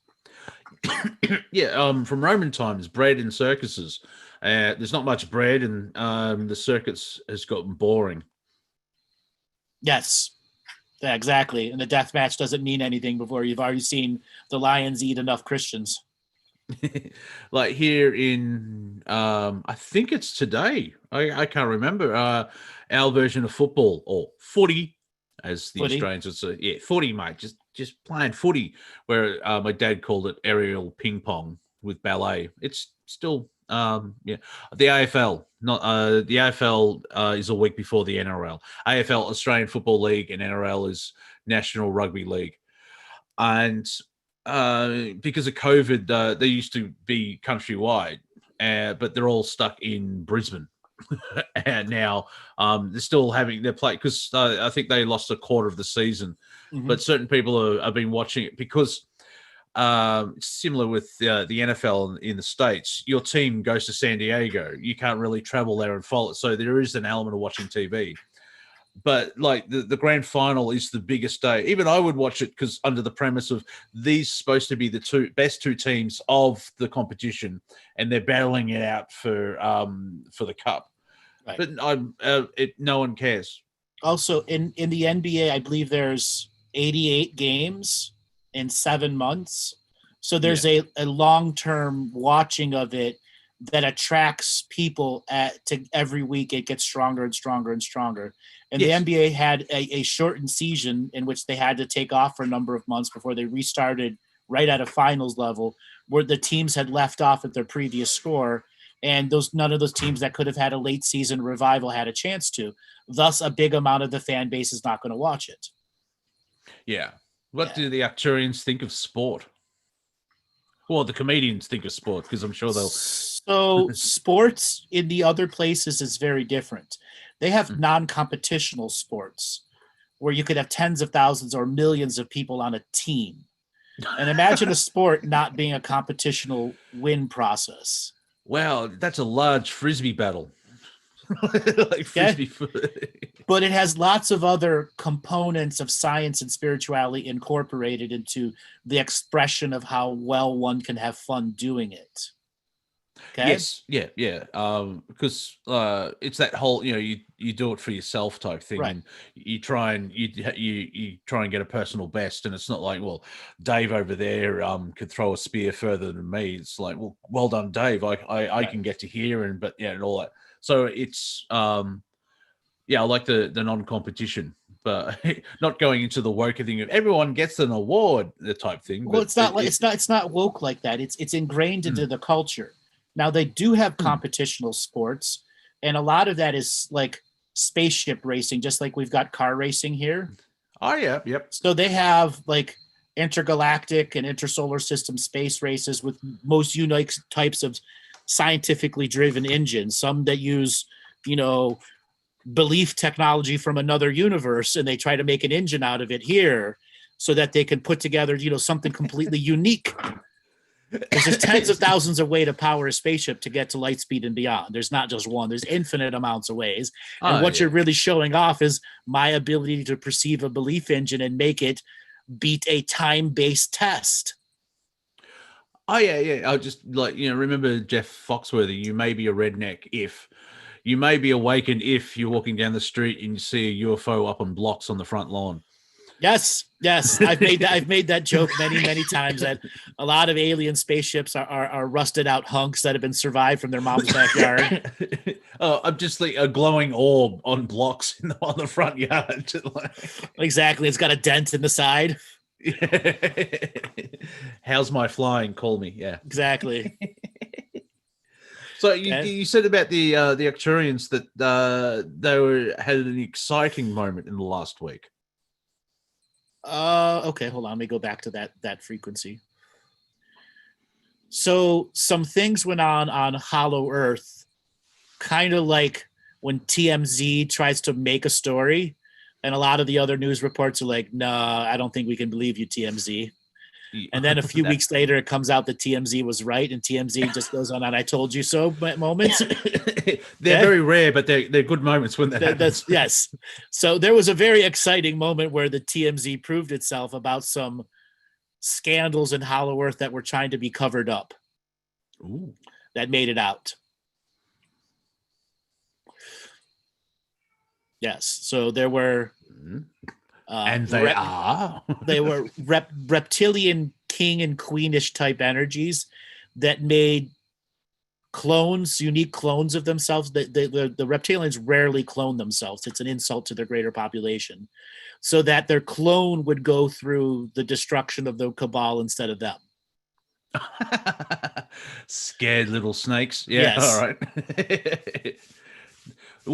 See, now from the reptilian society, that would you did not. Right, that didn't happen. It's like trying to cover up the biggest insult. Yeah. That wow, that's the interesting thing when you make those connections of what you think is it comes across as very human, and then there's elements of the same type. There could be the reaction is uniquely human, but the premise of something is still universal or cosmic or everything. A sport is a sport is a cosmic concept. Like, believe it or not, common sports such as a ball being punched, kicked, whatever, is a common thing. Okay. And that's from the innocent children literally making something up in a moment. And the common innocence growth using geometric shapes in your space. So I could play tennis with a gray. Well, there are, like I told you about those Galactic restaurants, there are other ways where you could play football and everyone can be from a different planet, but you're all sharing a common holographic skin suit. And it's your expression of making the skin suit work to your will. Oh, yep, yeah, okay. Well, there's an element of fairness. So I'm not going up against an 8-foot Nordic, whatever. Well, but there are leagues that do that too. Oh, of course, right? Your hologram, the way the size of your hologram doesn't really matter, and the sport scales to the team's capacity to change, do whatever. They may share rules, like get the ball across the line, you score points. Yeah. Intergalactic, yeah. You think sports fans here. Wait till they realize there's a whole galaxy and universe. Something that's very popular on a lot of worlds is low gravity golf. Okay.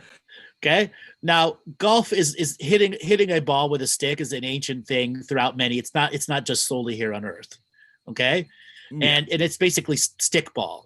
Every culture's got a different version of it. But you're doing stick ball with a team trying to do tricks over miles.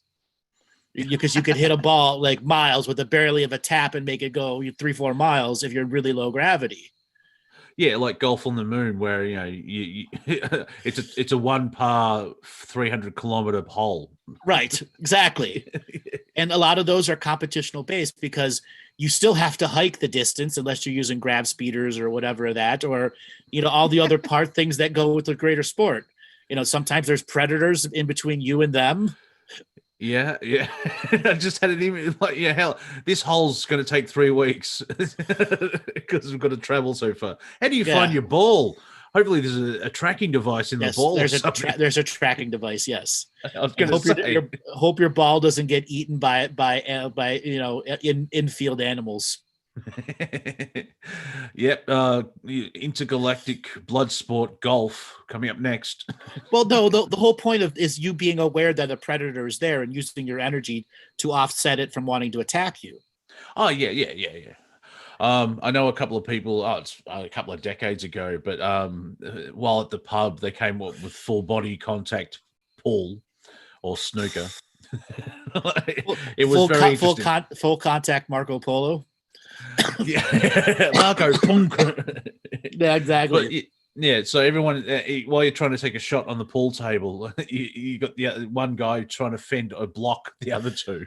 Right, and then like sports like billiards here has created many alternate types games in other places where you're doing a multi-dimensional version of billiards with scores of versions of other people's selves in a betting type format, seeing if your betting can influence one dimension of the ball to go into another direction. Okay. I actually use billiards, snooker, and pool is the one reason to learn geometry in school. Just for that, like, why should I learn this? You're going to play pool? Yeah. There you go. There you go. Exactly. You may not, figure out how to do a moonshot with Apollo 7. And yet, if you're going to play pool, you need to know angles and physics and all that type of stuff. Right. Now, stickball, it doesn't have, I'm just using the terminology of golf so people understand it. The ball and the stick have technology behind it too, which directly connects to your conscious and helps you focus. So the whole point of practicing the sport is to help you find unique focus. Yeah, that makes sense. To enter that zone. And there are what I call combination sports where like people can take off, like they get their universal holographic vacation time. And because they're operating at a higher speed and in many places, they can go from playing golf to football to speed racing to this to that, and at the end of the day feel like they've had 100 years of off time experience. Nice. So imagine coming back to your galactic grind job feeling like you just had 100 years off. Well, it depends on my lifespan, but I know what you're saying. Right. Okay. So, and then these combination sports where they take many of the goals of a bunch of different sports and hybrid them all into one. Sailing, jet skiing, water work, all those stuff are hobby basing. Fishing is gigantic on many, many, many worlds. The art of fishing.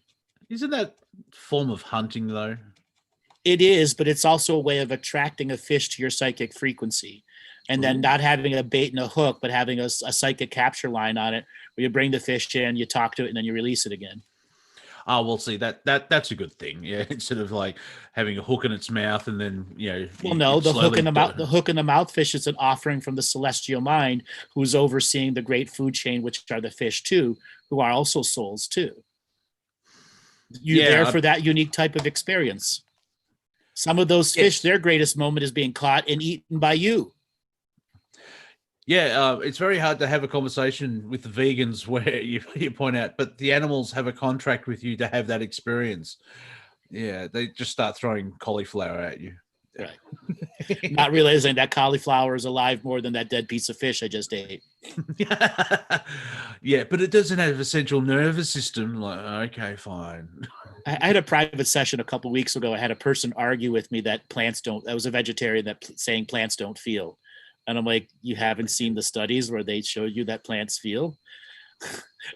And I had to go through a very, very protracted explanation of this, which they weren't hearing.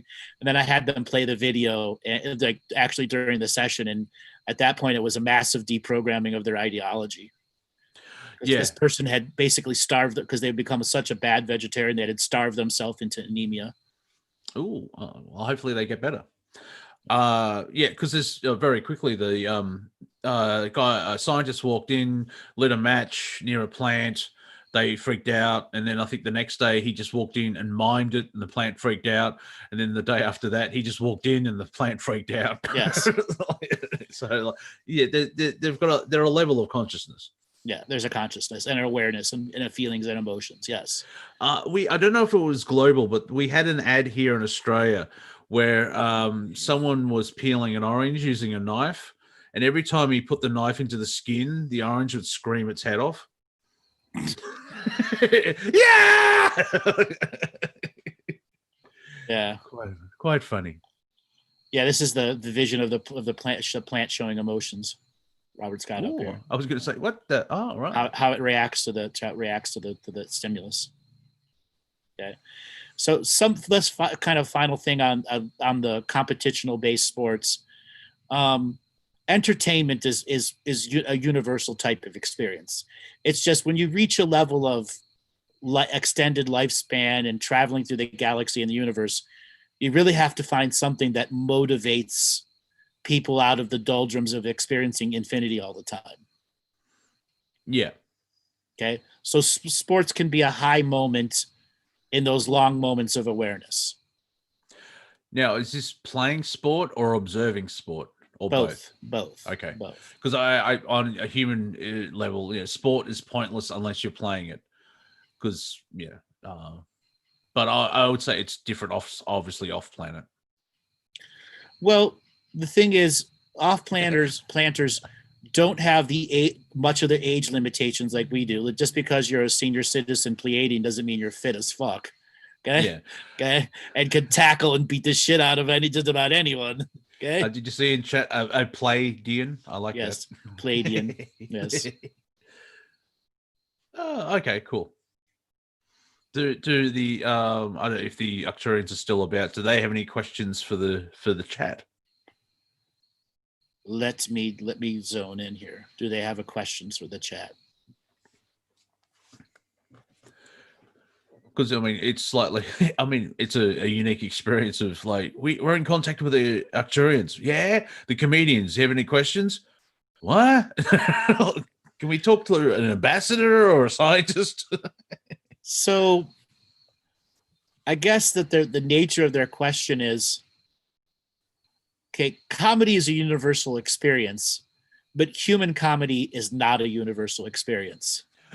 Okay, It's not even a global experience sometimes. it's not even here on it's, Earth. okay. And what they want is for a way to bridge the gap between the human comical experience and the universal experience, and they'd like people to just try. Okay. Oh, just from chat, if I became the dean of the school, will I be called Mr. Dean? Yes, that would be true, and I would marry someone called Nadine. So when we're introduced at parties, it sounds like we're arguing with each other. Please welcome Dean, Nay, Dean. And their son, Junior Dean.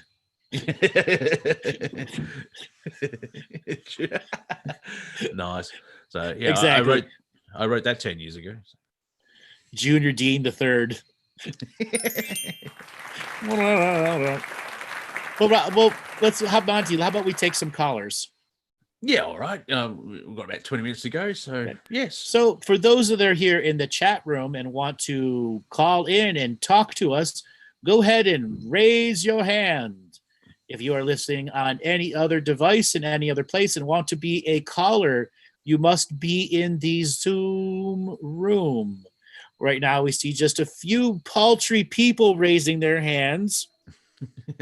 So everyone knows what the threat is. If you do not raise your hand, you get a wedgie. And if we call on you and you said you only raised your hand because you're going to get a wedgie, you're going to get made fun of. Mm-hmm. All right. Yeah, no pressure. No pressure. Exactly. There we go. We've got some more hands coming up there. All right, Robert. Let's spin up the wheel of callers and see who is going to give us an interesting conversation. All righty, Sean, you're unmuted. Hello. Sean, how you doing? Where are you calling from? Just outside Philadelphia. Just outside Philadelphia. Welcome to the show. What did you think of it so far? Thanks. I'm loving it. What part made you laugh the most? I mean, all of it. What you guys are saying on air and what we're doing in the chat room. Yes. Yeah, we had a plan, but Andrew saw a question, and Also, here we are an hour and a half later. So it's fun. Also, I think I was promised to get made fun of if, what did I have to do? Say that I only raised my hand because I was chicken? Yes. All right, I was chicken. You're a chicken. You raised your hand because you're chicken. So why did the chicken raise his hand? Because he was afraid. He got caught in a turbo lift. Exactly. Before he was going to go get plucked.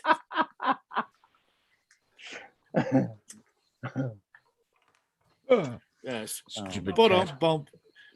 There we go. So Sean, what else did you want to talk about? Let's see. Geez, so much. Let's see. So do the Arcturians ever actually show up with jokes? Yes. We just don't nice. we don't see them, feel them, perceive them. All Oftentimes I do a lot of their jokes and it just goes over everyone's head. So Earth is a tough room. Very tough room, yes. Like, To like them, it's hilarious context jokes that we just all miss. like they fart know and- absolutely nothing about quantum physics, and I just said a known non-locality joke. What the fuck? So okay, there I was bilocating. Oh, I've lost everyone. Exactly. like a bilocating fart in a tornado. Yeah, that happens frequently to them. Those are called residual farts. When they forget they're having a body and they transition from place to place. What the hell is that?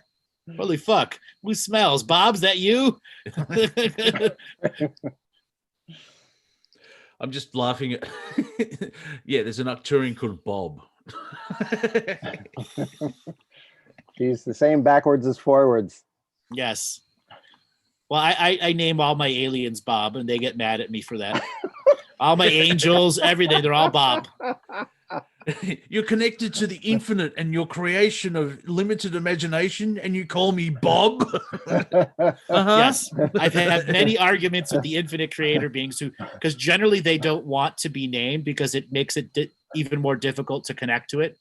Because there's this whole name power thing that's falsely done here on Earth.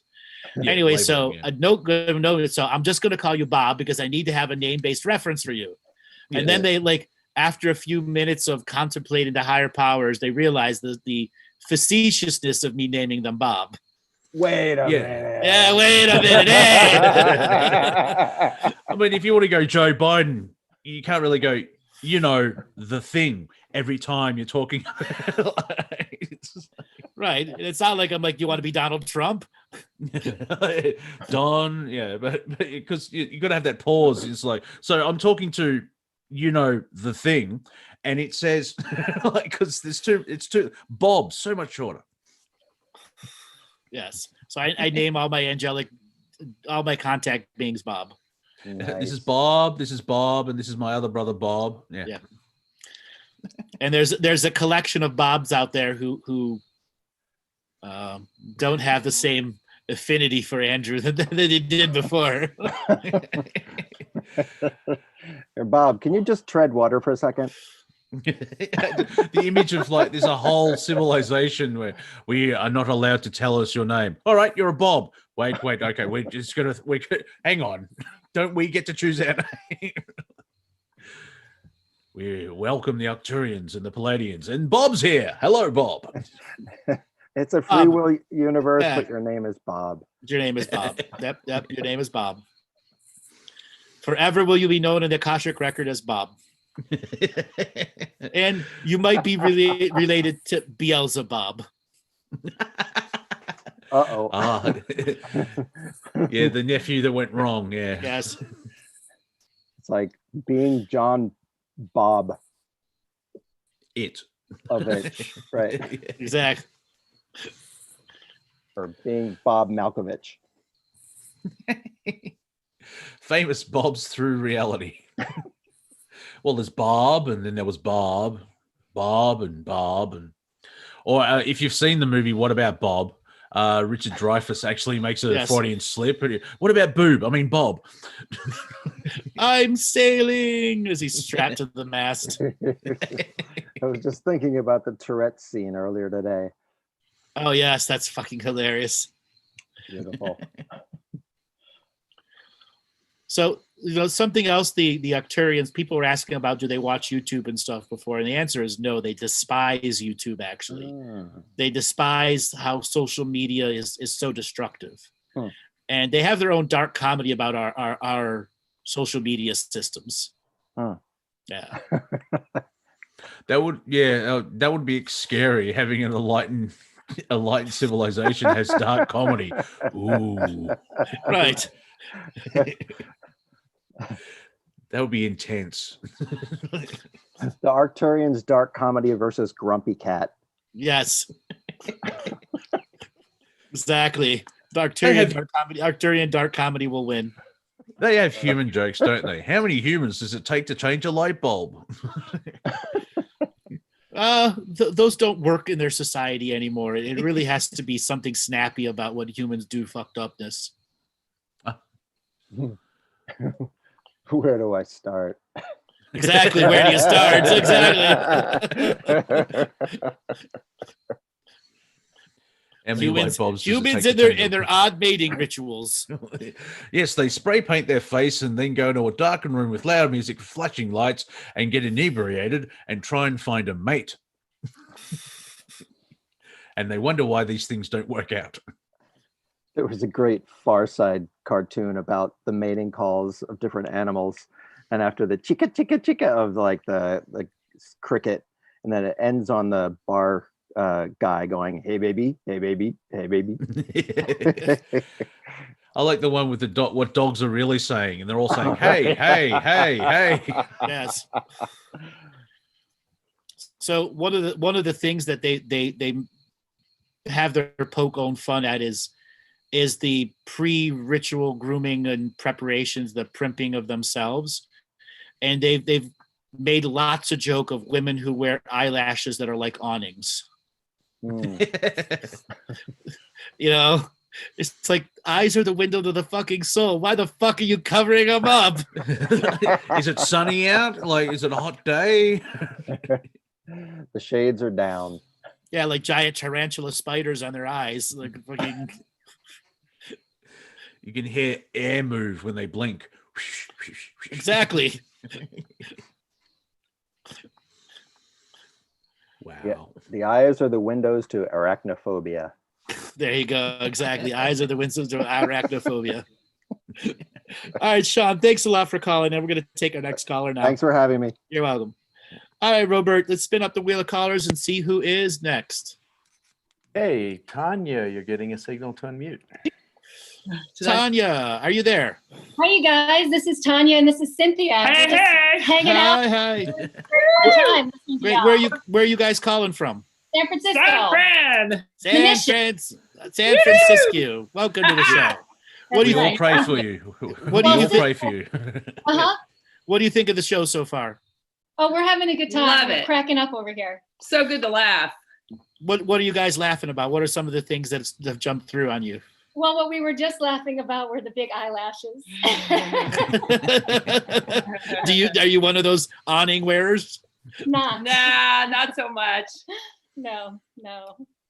Occasionally I'll use an eyelash curler, but Well, I can't tell you how much I laughed when the Octurian comedian actually called them. You have eyelashes like awnings. Okay.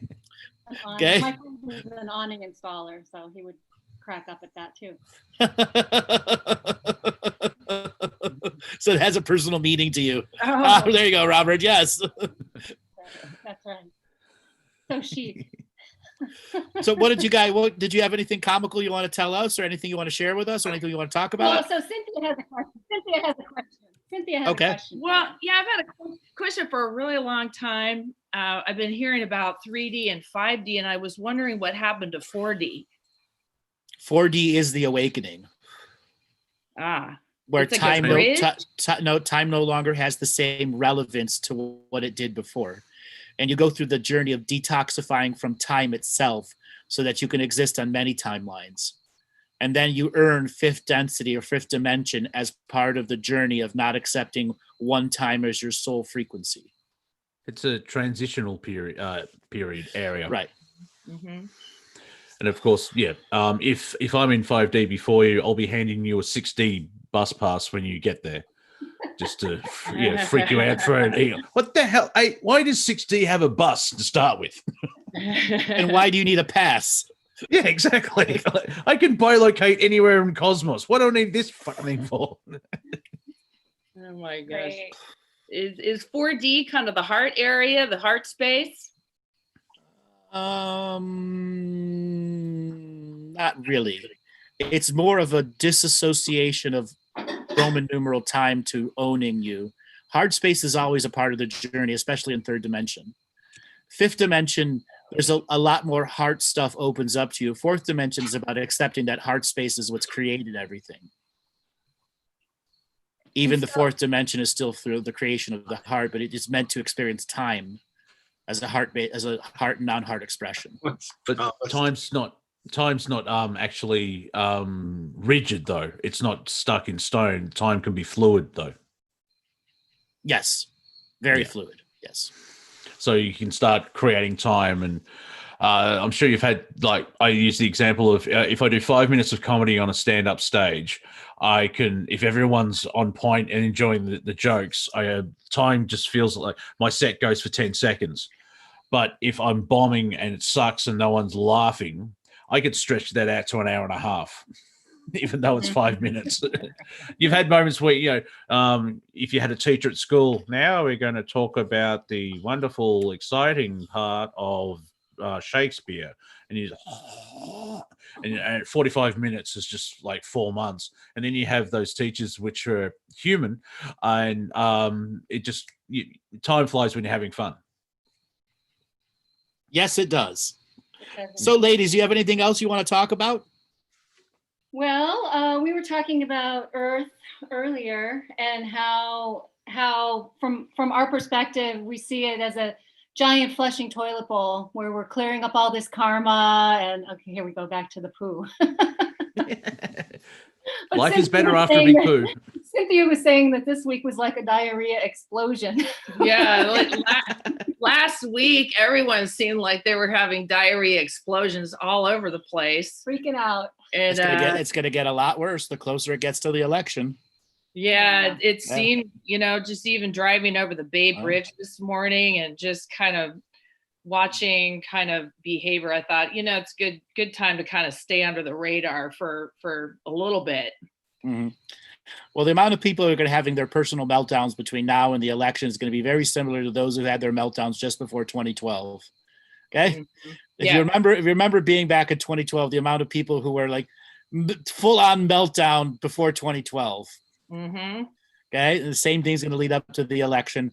And then there's going to be one side is going to lose. Okay. Mm-hmm. And guess what? That means a lot for my industry. Right? I was going to say, when that side loses, will they accept it? Yeah. Who knows? More than likely not. Exactly. So, ladies, how long have you been listening to our comedy show for? How long have you been doing the comedy show? Since May? Yeah. About pretty 6 much- months. Pretty much. Yeah, about since 6 then. I think maybe we caught the first Yeah. or second one Uh-huh. together. So, has there been any of the shows that have made you fall out of your chair or spit out a drink? Yeah. I can't remember anything specific. Yeah. But it's just really, Looked great. really to listen, to listen to, some of these bits of, just humor plus the wisdom. It's really fun. It's really fun. Thank you. Thank you. Monty and I try put ourselves out each and every other week that we come out here to really help people just to enjoy the information for what it is and to have a comedic twist to it. Mm-hmm. And Well, break I up the really- energy as well. Really feel that. Yeah. Yeah, I really appreciate it. I really do. Just kind of lightening things up, just so we don't get too serious about things. Just do the best we can, right? That's right. Well, yeah, and breaking up the energy, you feel lighter, and because it's Friday for most of the audience, you've got the weekend of hey, and then Monday kicks in. It's like We're just about ready for our disco happy hour. Yeah. Friday here, 5:00 in San Francisco. Yeah, We've been doing every a socially distanced neighborhood block party. beach party out on the street, 22nd Street in York. Wow. Yeah, people are mentioning the something that made them laugh in the chat room. It was a Pleiadian boy band called In Synchronicity, and that's actually a real band. I'm not faking that. That's real stuff. yeah, Love it. but are they good? That's the question. Yes, they're damn good. In Uh, synchronicity. Yes, In Synchronicity. We'll give them a listen. Just connect to the Pleiadians and to the In Synchronicity channel. don't worry. It will, when it happens, it's meant to. Exactly. It's In Synchronicity. Yeah, exactly. Like me having to translate that there's a Pleiadian boy band with this name was hard enough, but I laughed my ass through it. Well, I want to get stuck on. There's a boy band.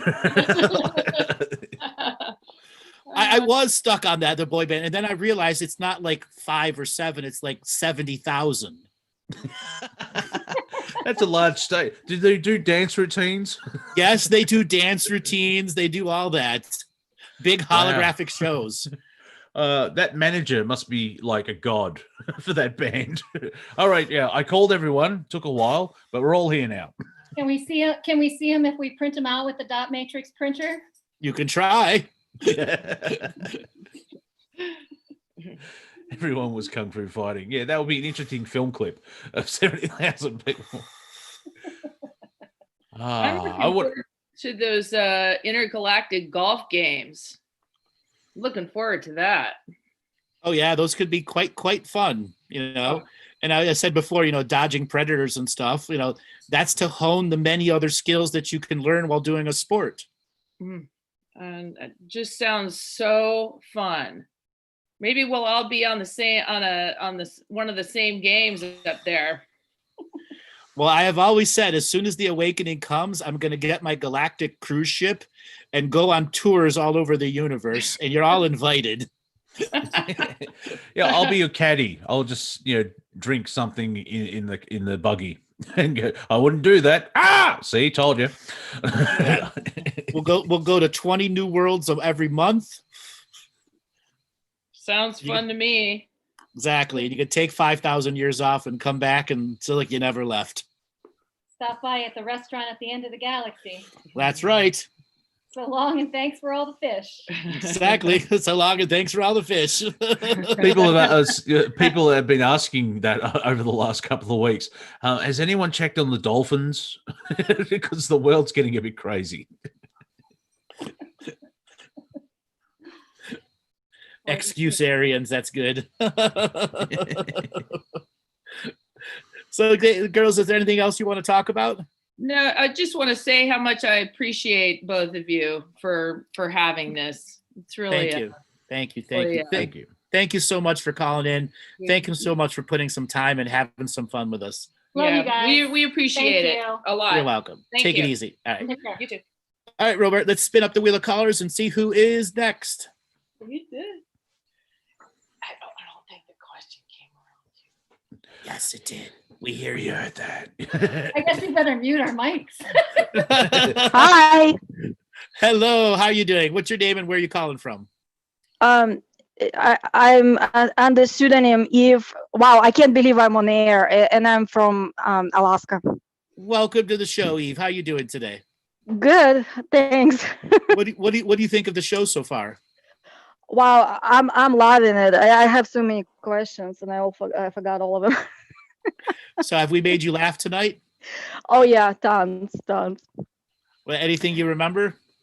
Oh my God, I wanted to ask you if you could elaborate on the meat eating, or if you could say something about what is Russia and Putin playing the role in this whole mess as of right now?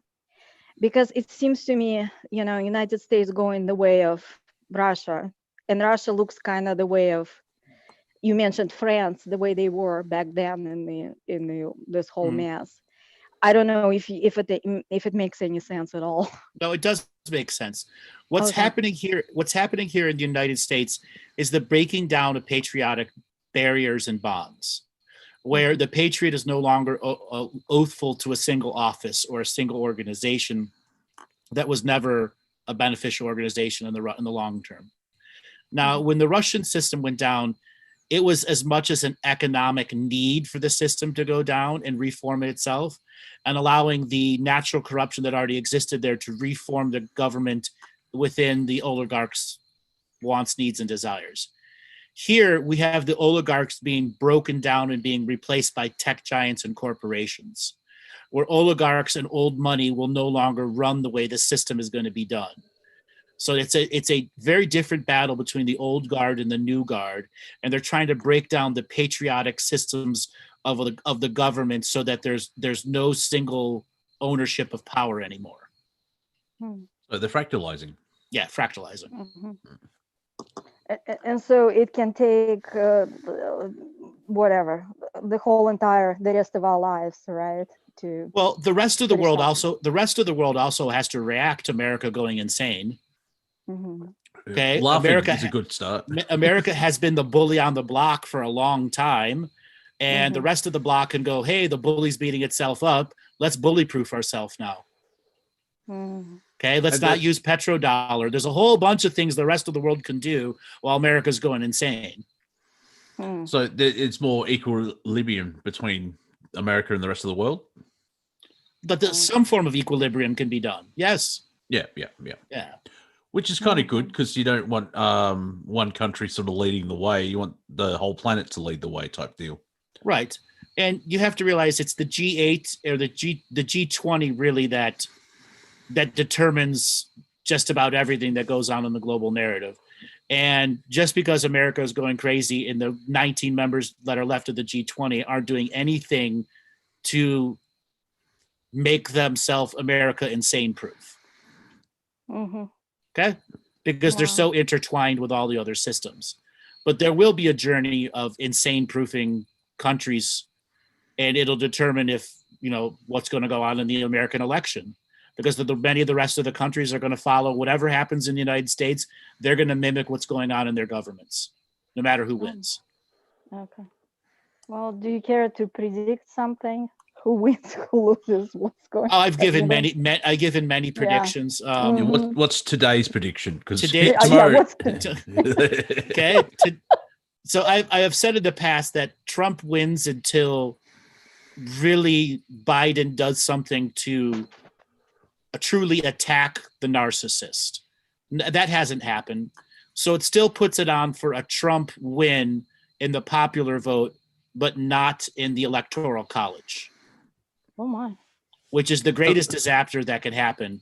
He wins the electoral college, but loses the popular vote, or the other way around. Wins the popular vote, but loses the electoral. Mm-hmm. Okay. How will the fly go? Because Alan, you fly for president, but people may vote for the fly right in fly. Yes, right in the fly. Exactly. Hence his fly. Okay. And if it gets 10 million votes and it swings the election, fuck yeah. Hey, we're going to go find that fly and see which one it preferences. Right. Mhm. Obama would kill him. Yeah. As part of my prediction, they're already trying to tell us it's going to go to court. And I think at least 2 states will have a tie scenario where they cannot determine who is a winner because of the way their super delegates were split up. And then it'll go to a state court, and then Trump will try to force it to go to a federal court. But state voting laws cannot be superseded by federal voting laws. So you won't have a re-election where it has to. You have an election, and then the courts the courts will then tell Congress to decide. Congress is the final vote if there's any form of tie or misrepresentation of voting. Remember the last State of the Union address? All the Democrats wore white. I'm like, oh, bit of history there, people. White's not your best color. You formed the KKK. Hello. So there will be at least 2 states that their delegates. This is my prediction part. 2 states where their delegates won't be applied, and neither one will have the 270 votes to need to be elected. Mm-hmm. Now that will means the 25th Amendment takes over, and the association of power. And it's one of the reasons Trump is running the campaign the way he is right now. The writing's on the wall that he won't win the electoral vote. Mm-hmm. Okay. Wow. Yeah. Also, Sean, and anything else could happen possibly. Yeah. Come back next week where there'll be another prediction because everything can change in 24 hours. Well, actually, no. This is I've said this pretty consistently over the last many weeks.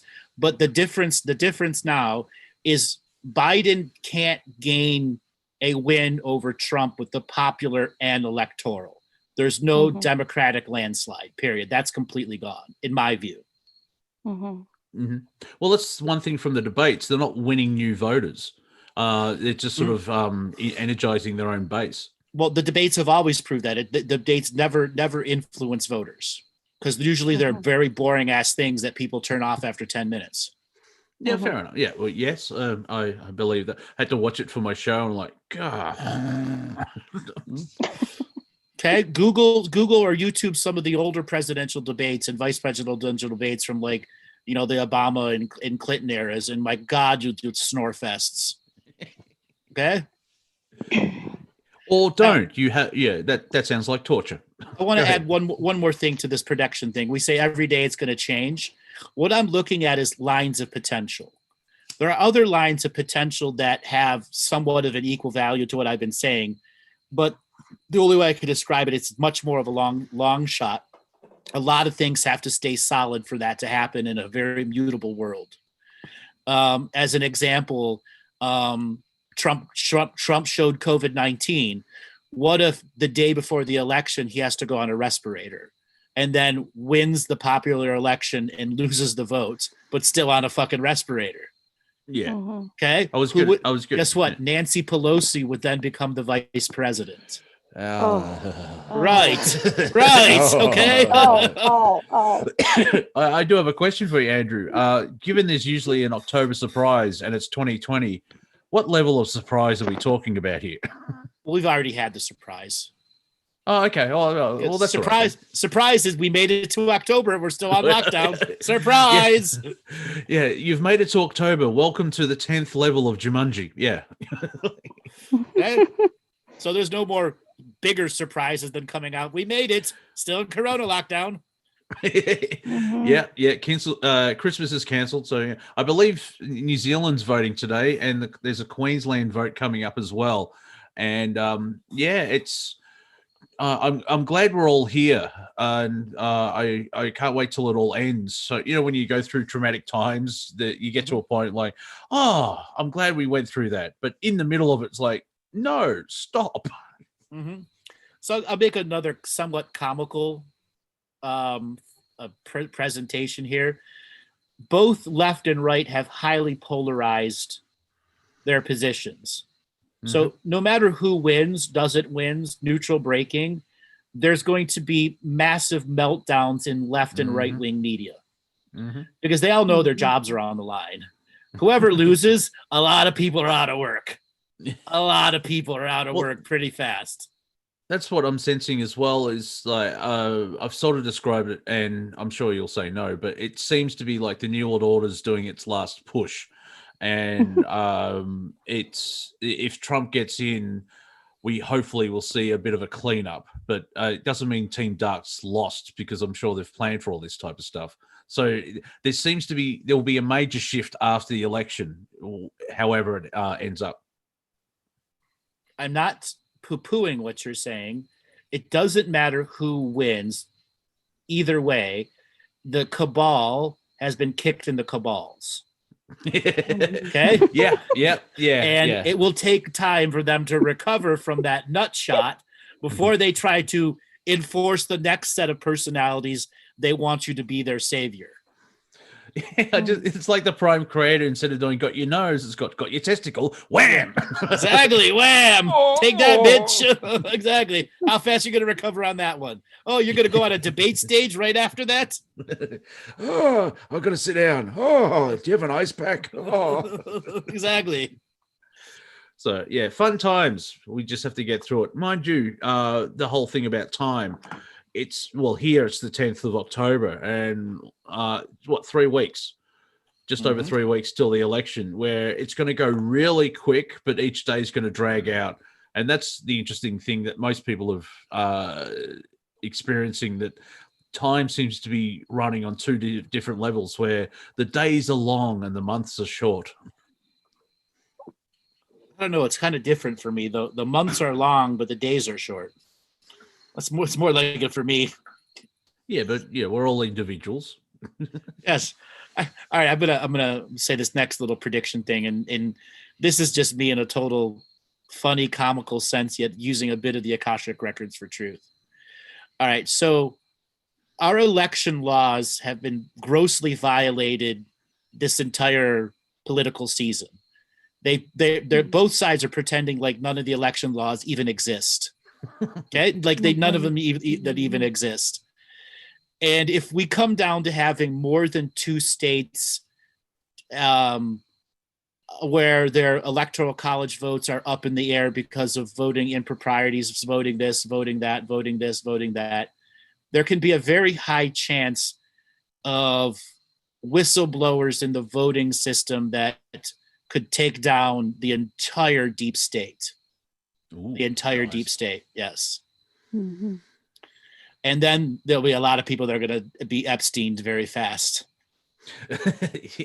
Well, wow. Yeah, that's sort of the level that I was sort of trying to explain, where the corruption's been exposed in this sort of arena, and the kind of, it feels like there needs to be a resolution just to move forward. Doesn't mean corruption's taken off the planet, but this play of corruption in the deep state, if I can use that label, it's run its course, and a lot of people want something new. Right.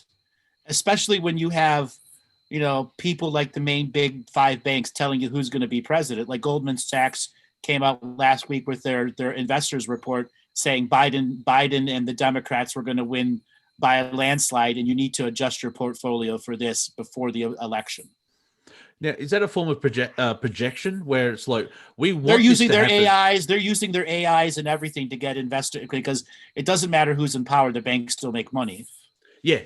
That's what it means. It seems like a lot of people are like, that's one thing about the debates, where the polarization is both candidates are living in their own dream bubble.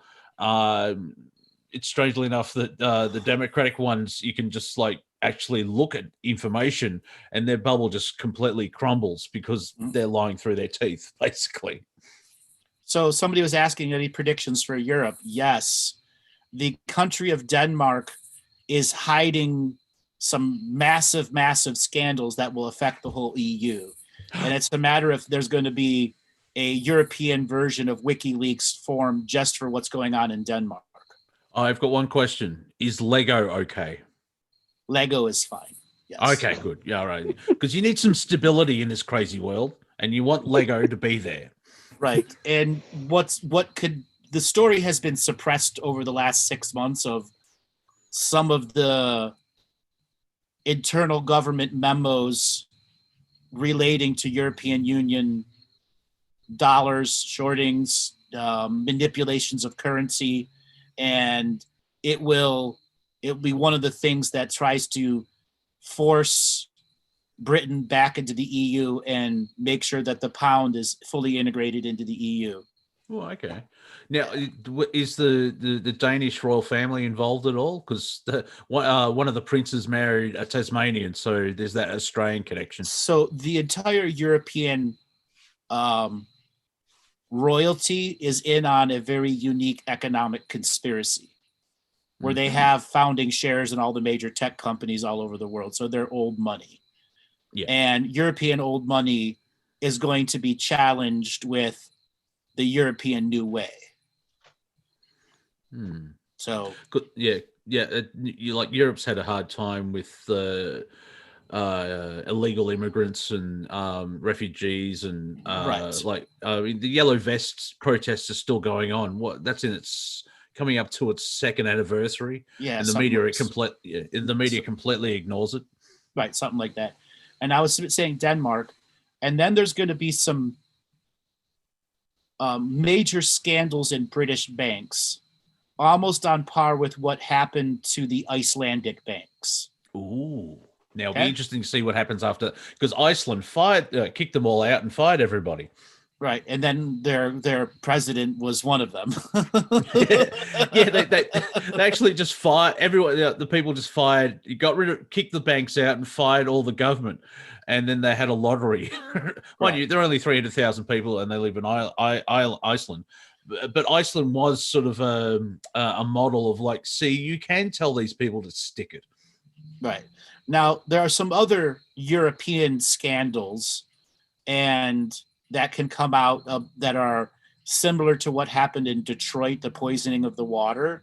And again, those stories have been held in suspension for a long time also. So it all is going to be about if the mass manipulation of currency stories come out, a lot of these other stories are going to come out, and it's going to really piss off a lot of Europeans. Yeah, which makes sense. If you had the story about the money, that's sort of what we're seeing with the New World Order group. Their financial currency backing and all their money flow, that's the word I'm looking for, right, is being cut off. And if you can't pay people off, they'll start trying to find, you know what I mean? If money controls the world and there's no money, guess what happens? You don't have control. Right. And somebody is saying Deutsche Bank is going to fall. No, Deutsche Bank will not fall. Its subsidiaries will fall, and its corrupt money laundering shells will fall. Deutsche Bank will survive just like one of the big American banks were bailed out. Its name has to survive. That's all that it has to survive. In name it'll survive. But there are other banks like some of the recent scandals that's come out from the Vatican Bank, which is full on price manipulation. Some very serious stuff are going to come out from European banks, and it's a matter of can the media stamp out the story in time? Because remember, America's going to be going even more insane at the same time. Okay. So that's the first week of January. What about the second week? No. That's the first week of November, December. The first week from November to December. Those first 4 weeks. That just amplifies the joke. Whereas, all this, instead of taking 3 years, this is going to happen in 3 days type deal. Right, and then it's a matter, does the story stick? Okay. Yeah. to get people get pissed off enough about it. Yeah, and so this is a challenge for the media, isn't it? Yes, it's a media challenge. Yes. Yeah, because they actually have to.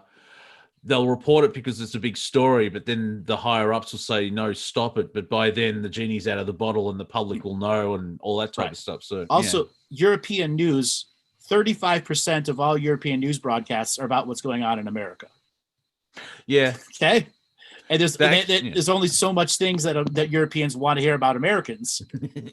Yeah, because the American election is being used as a distraction with the rest of the world. That's right. Now, we've had a major political shift in Japan where the a.w.a. in Japan has relinquished power. Now, that unfolds a whole different economic bag of multidimensional worms. Yes. Okay, because a lot of things are pegged to Japanese production levels that were commodity markets that were paid for 100 years in advance. They're in the top 5 economies in the world, aren't they? Yeah, they're in the G20. I don't know what they are. Yeah, I think they're like 11. Yeah. Yeah, they're high up. They're near same level as California. So that's a major player, basically. Yeah. Yes. Now, if Japan is unable to hold the tidal wave of credit default swaps, CDOs, and all those other things, the same thing that happened in 2008, all of the Asian banks are going to take it in the ass hardcore. And China will have to have a bailout equivalent to its banks, equivalent to what happened here in 2008. I was going to say, because China's very rickety at the moment as well. Right, but there will be no global crash. Okay, so it'll be isolated. It'll be isolated. It will not travel markets. Yeah. Yes. Well, that's kind of good. Well, no, it just proves how fake the system is. Oh, well, yeah. From our point of view, that's good. How can you have a complete global market meltdown over there, but it not affect Wall Street at all? Why are they gaining 1,000 points? Wait a minute. Yeah, because I have moments, not clarity, but moments of like trying to escape the control mechanism of the narrative of the planet, and just this feeble human mind with its logic sits there and goes, "Wow, that's big." But as you know, from a spiritual point of view, you get the right cat video, and that's the tipping point to everything. That's right. It's the right cat video, the cat rap video. Yeah. The cat rap. Meow, meow, meow, meow, exactly. Meow, meow, meow, meow, meow, meow. Exactly. Cat rap. Okay. So all these predictions are for 2020. Well, yes, for 2020, this year. Now, again, these are some forms of long shots, and it's a matter of how the media is going to deal with them. And this is me having fun with, seeing the potentialities that are going on. Something stranger. Okay, we have a Pacific Island economic system that exists as a buffer and trade space between Asia and America, meaning all of the Pacific Islands have their own manufacturing process, etc. Yeah. Now, they're the ones that are major ship holders, ship travelers, etc., etc. And many of the ocean-going vessels are going to have major upcoming issues. There have always been anomalies at the sea in sea where ships lose power, get stranded or lost, or so on and so forth. And over the last several years, there's been a massive uptick in lost ships, which is why they promoted pirating as something really bad for many, many years. And the amount of ships that are going to go lost is going to be increasing while they're trying to decrease ship production. So you're basically saying don't order offline for a while? Because I want my stuff. Shortages, lots of shortages. Yeah. Like the other day, my iPhone died, and I went to go find and replace an iPhone, and where I'm living, I could not find a single iPhone to go and physically buy by hand. Well, yeah, the supply chain has decreased because of COVID as well. Correct. Because I've bought a couple of things from the Metallica website, and it's taking it. The album came out 3 weeks ago or however long, and apparently the packaging finally came through. Right. And I've got two packages. One's a T-shirt that's going via Japan, but I've got a vinyl and CD, a DVD, and that's gone through Louisville, Kentucky. It's fascinating how they've gone different part. But one package is in Sydney, so I'm happy with that. It's in the country, so. But yeah, it's weird how because of the restrictions from COVID, trying to make sure everything is healthy from the mainstream perspective. That and everyone's at home online, so it's really weird where there's a boost in business for freight, but there's a restriction on freight because of the reason there is. You want to make the thing I was getting at is freight disappears off of freighters, and this has happened for many centuries going on. Yeah. When I'm saying ships are going to go missing, it's just another part of a greater global cover-up of shit happening in the open oceans that's not supposed to happen. Now, when you say missing, like are they get sunk, or are they being transported off planet, or are they hijacked, all of the above? Okay, so and more. So what is happening then, without giving away too much? They enter a part of the ocean where the fabric of realities is very thin, and altering forces of manipulation take a matter out of the hologram, literally, and try to force the hologram to react to it losing matter. So nefarious groups are using the frequency change on the planet.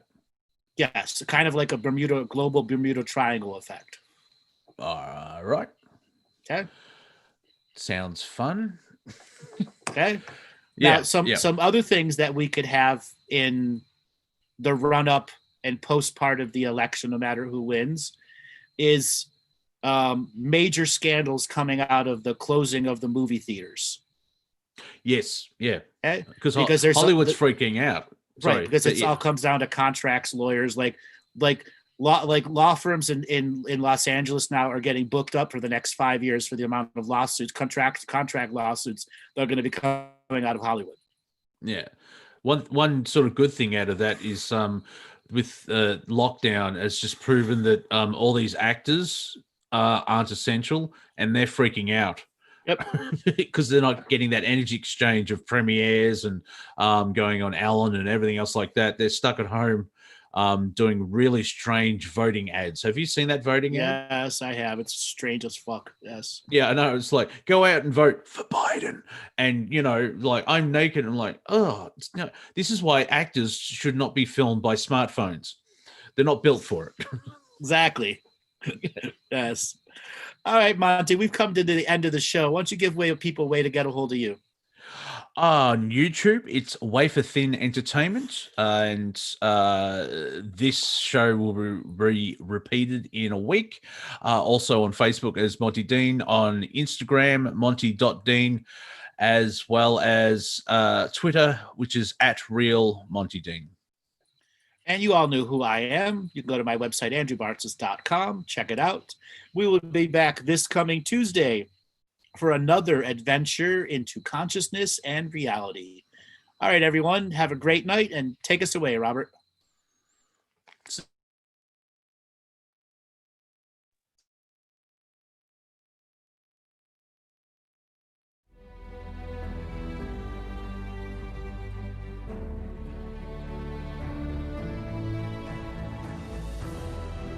Each different bubble of reality is true. A galactic historian is a person that looks at all the lines of dramatic karma. Nudge, nudge, it's the Holy Grail. Improvise. Mysterious. It's counter psychic intelligence. Why is DNA farming of this star cluster so important? Because we do manifest our reality. We do create our reality.